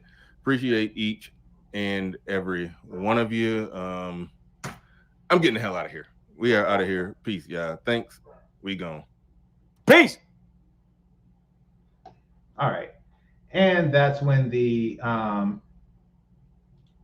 conversation in the back chat began. So I put the link out there. I don't seem like anybody want to come up, and rightfully so. I've been at this for 3 hours, so I'm ready to shut down. But yeah, so now y'all know definitively. You know, like what's done is done, and that shit is done. Like, you know, I mean, don't act like I cut ties from that nigga today. But now I'm just explaining why. Now I'm just explaining to y'all why I'm doing this shit and why I have done this shit. See, y'all, those of you who've been around for a while, y'all know how I dealt with foul ass niggas in the past. I completely cut strings from them and females. I completely cut strings from them. You do not see me, you know, every time it's like, fuck the niggas. You know, you are an off code nigga. I don't want to have shit to do with you. You're a fucking liability. You the hunchback on 300. You're a fucking liability. I don't want to have shit to do with off code ass niggas. I don't. And I don't make a public spectacle of it either. In fact, I might even put this on members only. But he just chronically finds himself in my company, and he's chronically doing off-code shit, like sending that email. I can't stand you hunchback ass niggas. I cannot. You fuck up the entire 300. You the 301 soldier that fucks it up for everybody. Fucking hunchback ass nigga. I hope you live forever. What's going on, Bernard? What's up, GC? What's up? Yeah, I just want to come up, drop my 2 cents on it. Go for it, bro. I concur with pretty much everything that you said. Okay. Here. Here's the deal. And it was one thing you said that, you know, where you said Bernard, you know, looks bad when he defends Obsidian. The thing is, I don't be defending him. When Obsidian come on my channel and say crazy shit, I go at him. We end up arguing back and forth about his crazy shit because he'll try to float out a lot of his new arguments on my show, and I end up arguing him down. And then when people go to other channels, instead of saying Obsidian said some crazy shit, they say they said it. And that's the problem. I get lumped in with the shit, even when I publicly disagree with it and argue him down about it. Like that's the annoying part, to where I'm just one. I'm you know, so that's me just annoyed with other people reacting to it. But overall, the general points you made about everything, yeah, I mean, you already know where I stand. You already know where I stand. Like we've talked. I'm 100% with you. So that, yeah, I just throwing that out there just in case there's any confusion. I'm yeah. Yeah, I mean, no, you're right. You know, you don't necessarily agree with him on that shit. No, And hold on. Sorry, you said I no, you don't don't agree necessarily with him agree. on a lot of No, shit. I don't Yeah. agree with him. All right, And scratch the word necessarily. Yeah. I make that clear when I'm talking to him that I don't agree with you. Yeah, so that part shouldn't be any confusion, but I understand people gonna forever and always link me to him, and so yeah, I listen, I'm with you. I can't make that more clear. I'm with you on pretty much everything you said. I probably ain't here every minute of this. I listened to about 80% of it, and so yeah, we shoulder to shoulder with the nonsense. Yeah. Now, here's what's going on. And I actually don't agree with this thinking, but this is the market is speaking. The market is speaking because I don't see 16 or silent in your shit anymore. And they're in the So silent, just to be fair, silent got blocked over a fallout, and I told him I told him in your chat I'm gonna email him. I'm gonna email him. We gonna finally talk about it and work it out. But number 16, yes, number 16 left on his own power. He didn't get kicked out. So what they're saying is, and I'll read it, like number 16 is saying, why do you keep having that loser on your show then? Guilty by association. Now I don't agree with that logic. I do not agree with that logic because, I have homies that's affiliated and I'm not affiliated. The moment when somebody with an opposite color comes, I'm not with these. No, I am. I mean, if you're the homie, I got your back. But still, like, don't say I'm a part of whatever the fuck it is you're a part of. Like, I'm not guilty by affiliation, Well, and neither is Bernard. I can explain that better. What they're saying is that it's a bad look, like that nigga's presence makes you look bad, which is why Kevin Samuels don't get on a picture with him because his mere presence make a motherfucker look worse. Well, here's the thing. I like having people on that I disagree with. That's why a lot of people complain about it, but I like having OG on the show. When OG float out his bad arguments, I love me and you. We love picking apart his shit and going back and forth and debating. So I do enjoy that. I don't mind that. That makes for good shows and good entertainment. But here's the difference is with Obsidian, when he say it, they don't view him as somebody who took the link that I disagree with. They view him as somebody who's still the walking, marching leader of the manosphere, and I'm following him. So whatever he say, therefore I say it, even if they hear me disagree with it.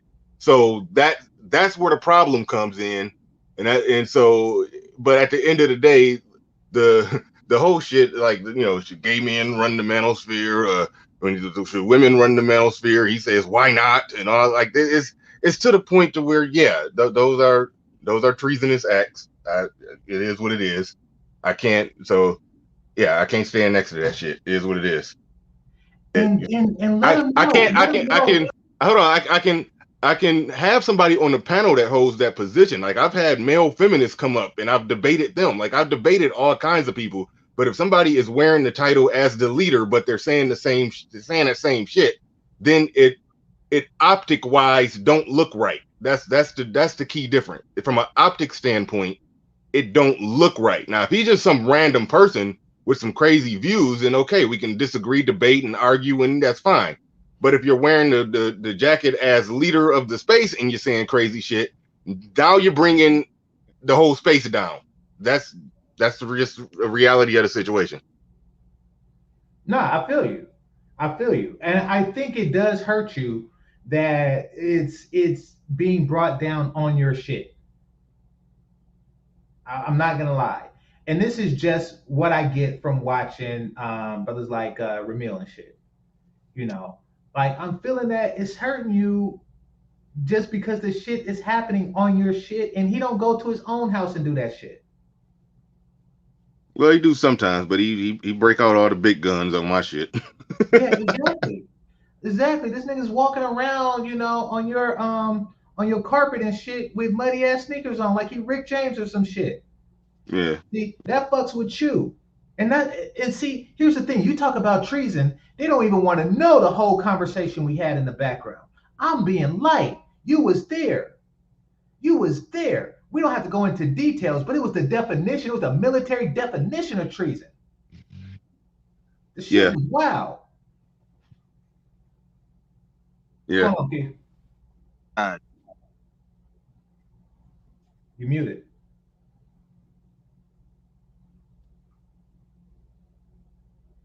Keith, you muted. Oh, that is that me? Can you hear me all right? Yeah, I hear you now. Oh, what's good? Now I was just saying fratricide.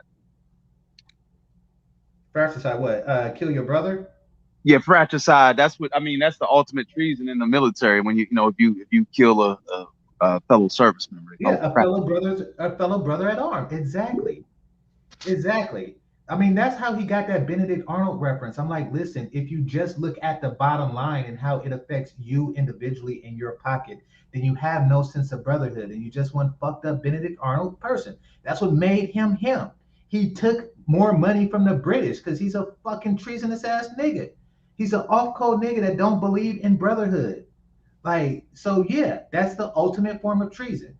He didn't. The flip flop is coming. The flip flop is coming. What do you mean by that? Yeah, exactly. Like I cannot now, I never been in the military or anything like that, but I mean, shit, you don't have to do these things to just know basic principles of manhood. You don't. You don't have to be in a fraternity. You don't have to be in the military. You don't have to be an athlete or nothing. You don't have to do stuff that's just like common male bonding shit you just have to have like basic homies and shit to know what the fuck not to do. Yeah, but GameChanger, you're forgetting one thing. Like you said, I pay close attention. You have to understand people's personality quirks. And the one personality quirk I picked up is based on a story that he told. A story that he told when he was in grade school, something about he was sitting in class and the teacher kept calling his name Obsidian and he just sat there and wouldn't answer. And then he wouldn't answer until she said Mr. Obsidian or some shit. And then he's like, oh, yeah, I'm here. That tells me everything about the personality. You know what? It reminds me of that fucking episode from Atlanta when that little black kid was in whiteface. Yeah. You just said that he was just like a off weird ass nigga like ever since. Listen, I'm just saying like he doesn't like.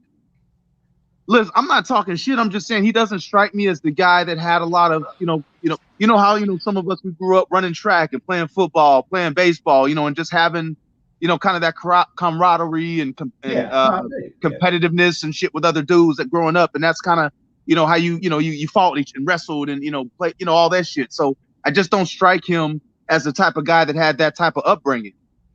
Well, no. I mean, I can't imagine too many people want to kick it with the kid that want to be called Mr. Obsidian. Exactly.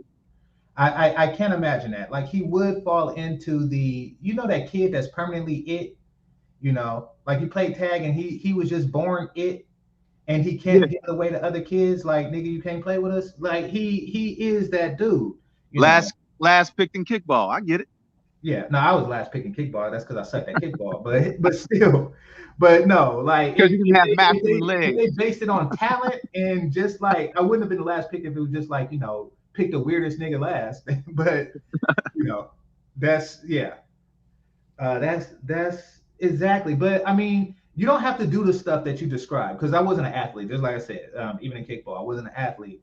But you just pick this shit up from dealing with your boys, from not being that Mr. Obsidian dude in class. Like, that's where you pick up just basic code. You just pick up basic code, like for example, I was telling this dude the other day on Melody Speaks channel. It was a dude on there. It was a chick on there who looked at this one dude picture and say, hey, I want to just drop to my knees and suck your dick. Right. And then another dude came and said, hey, only ugly bitches talk like that. You shouldn't be talking. Shut the fuck up. You are off code. Do not come between this man's dick and this bitch's mouth. Do not. Yeah, because you would not be saying that if you was a nigga's dick she wanted to suck. Yeah, exactly. Like, it's just off code shit like that. I politely reminded the brother that shit's off code, and he just hit me like, what are you talking about code? Like, niggas, I don't know where or why these dudes are not picking up on shit like that. I really don't, but it's annoying. It's annoying as fuck. What's going on, Lord? Look, the internet allows people to be superstars. I mean, which is the beauty of the internet. So it's going to allow kind of a social awkward. you know, and to be honest with you, right, that is what drew me to Obsidian's to his channel, right? I always told, you know, you already know me, I root for the underdog, right? I liked that he wasn't pretending to be this high alpha, everyone, right? He was owning the fact that, you know what, I'm not that dude, right? And I'm the non-select. I like that he owned that shit. Hey, you know, I'm just a regular guy, and I want to. That's when he was the voice of the everyday brother. So yeah, that's what drew me in as well. Yeah. So, you know, and since Bernard's talking, I ain't got a personal issue with you, bro. I mean, I was a little peeved, you know, being blocked, you know, because I was a day one, you know, and I always kept it real on your shit. And yeah, we'll talk about it, man. I'm gonna hit you up, man. The issues ain't so big that we can't work it out, man. I'm gonna hit you on the email, man. Respect. Hey, and because y'all on code, y'all not gonna CC Danica Marie that email. I'm telling tattoo titties everything. Y'all not gonna CC. Y'all not gonna CC Melanie King on that shit or Sister George. Y'all not gonna do that. We gotta get Concrete Rose and Jessica X in on that email, man. They gotta know what's going on. They gotta know that. No, it's cool, bro. You know, listen, man. You know me, man. I'm gonna say what I say. I just, you know me, man. Right on. Right on. No worries, bro. Yep. What's going on, Lord? Oh yeah, man. So with that dude, you can't reason with that dude. You got to put him in a circle and DP him, just like how they do it back in the day, man. There's no reasoning, just some straightening, some old school DPing for that dude. I've been a fan, What's but DP? I could notice, huh? What's DP? Man, disciplinary practices, man. You're from the Bay, you know what I'm talking about, right? I haven't heard DP. Is that a military term? No, I mean I agree with it, but you know, I thought it was the OnlyFans term. Oh, okay. If you're affiliated, you know what I'm talking about. I do now, yeah. Now I'm with you, yeah. Yeah, man. You know, dude gotta get some straight, man. I've been a fan of the space since 2015. I can see the inconsistencies in his message. Then he's like, you know, we are all idiots. We're not paying attention. I'm like, bro, we're paying attention. We see what's going on. Well, I mean, he wants to be like on some Monopoly Man shit, like, you know, like high society type shit, which is perfectly fine. But don't try to kick it with those who you feel is beneath you, nigga. That's just weird as fuck. Exactly, you know, like, you know, I'm the everyday brother, and then you start shitting on the everyday brother. Like, really? You know, saying that a woman is better off on welfare than with an everyday brother because you have been a high value man. If you are, I personally don't think that you are a high value man. I think that you, well, anyway, you know, because that actually came, man, because he was shifting, right? Because that's when brother Kevin started coming in, and that's where that whole fallout with MGTOW. Because I mean, in all auspices, Obsidian is MGTOW, bro. That's what I mean, a confirmed bachelor is fucking MGTOW. But I mean, that's what that is, right? So when he was trying to transition to the highbrow shit, when he shit on his subscribers, he basically he shot himself in the foot, man. He basically shot all the people that would support him, and then when he lost them, then he started badgering them. You know what I mean? Well, I'm gonna stop the show every 5 minutes unless you give me $5. Like, so he been trying to find his little stilo. Like, like people want genuine shit, man. Real talk. People were searching for something genuine. You had, you know, I remember at the time, you know, you had cats like Obsidian, your Black Rams, and you know, shit like that, where they were doing the monologues. But I also think live streaming kind of changed the game. So cats had to kind of compete with, you know, because I honestly think Obsidian did his best work on pre-recorded. Shit was on fire. But then when you start trying to like appease different, you know, trying to make the come up, man, you know, you got, hey, man. Well, I mean, it did seem like he was like looking to look down on, you know, you're right. Like he started off at a certain, you know, everyday brother, you know, I understand you. I'm the dude, you know, I'm the homie. I'm the dude in the barbershop. He started out with that, you know, and then he did transition to, he transitioned to what he thought Kevin Samuels was. Yeah. You know, Obsidian is obviously a blue collar dude. He looked at Kevin Samuels as like a white collar elite type dude, and that boy went to Atlanta and got my first Tyco suit. It was over for there. Yeah, exactly. It's like, dude, you know, I guess I'm considered white collar and shit. I don't own a fucking suit. And well, I do. I have a shirt, a tie, and a jacket, but I don't have a suit. I just have shit that's together. Like, you know, I don't have a suit that I just went out and bought all at once. Is what I mean. You know, like, because the shit's not that important to me because I don't feel a need to be like on some elitist shit. And I'm damn sure not gonna buy a suit just to shit on people that don't have a suit. What kind of shit is that? Like when you bought your car, did you do it to fucking stunt on bus stops and shit? Like it's weird. The shit's weird as hell. And it's like, listen, stop trying to be KS, you know? And that's why you were his permanent pledge. You was his permanent pledge. You were a pledge that never fucking got the cross. Down. Man, I've been killing Obsidian financially. Oh, go ahead, broski. Yeah, I gotta run, GC. But all right, y'all. Peace on. Good talking to you, man. It's been a long time, man. Hey, I'm glad we fucking because that's I don't know what the fuck we even fell out for, but it's bullshit nonetheless. And right on. I hit your email, but all right, y'all. I'm out. Yes, sir. Yeah, all right. I'll let you have. I kind of wanted to hop up and squash that thing with Bernard anyway, since he was in the chat, man. I know you know. I guess I'll stay on a few more minutes, but I'll let you do your thing, broski. Oh no! You got the last words. I'm about to cut out. Oh, Roger. I can say about this dude. Like, you know, hey man, well, that's my last word, man. I just came up there to say what's up, man. You know, I ain't been on your panel a minute, man. I've just it's been a long day, bro. I've been out riding last night, man. I ain't doing shit tonight, so I said let me. That's all GC was on, man. So always good to chop it up, broski.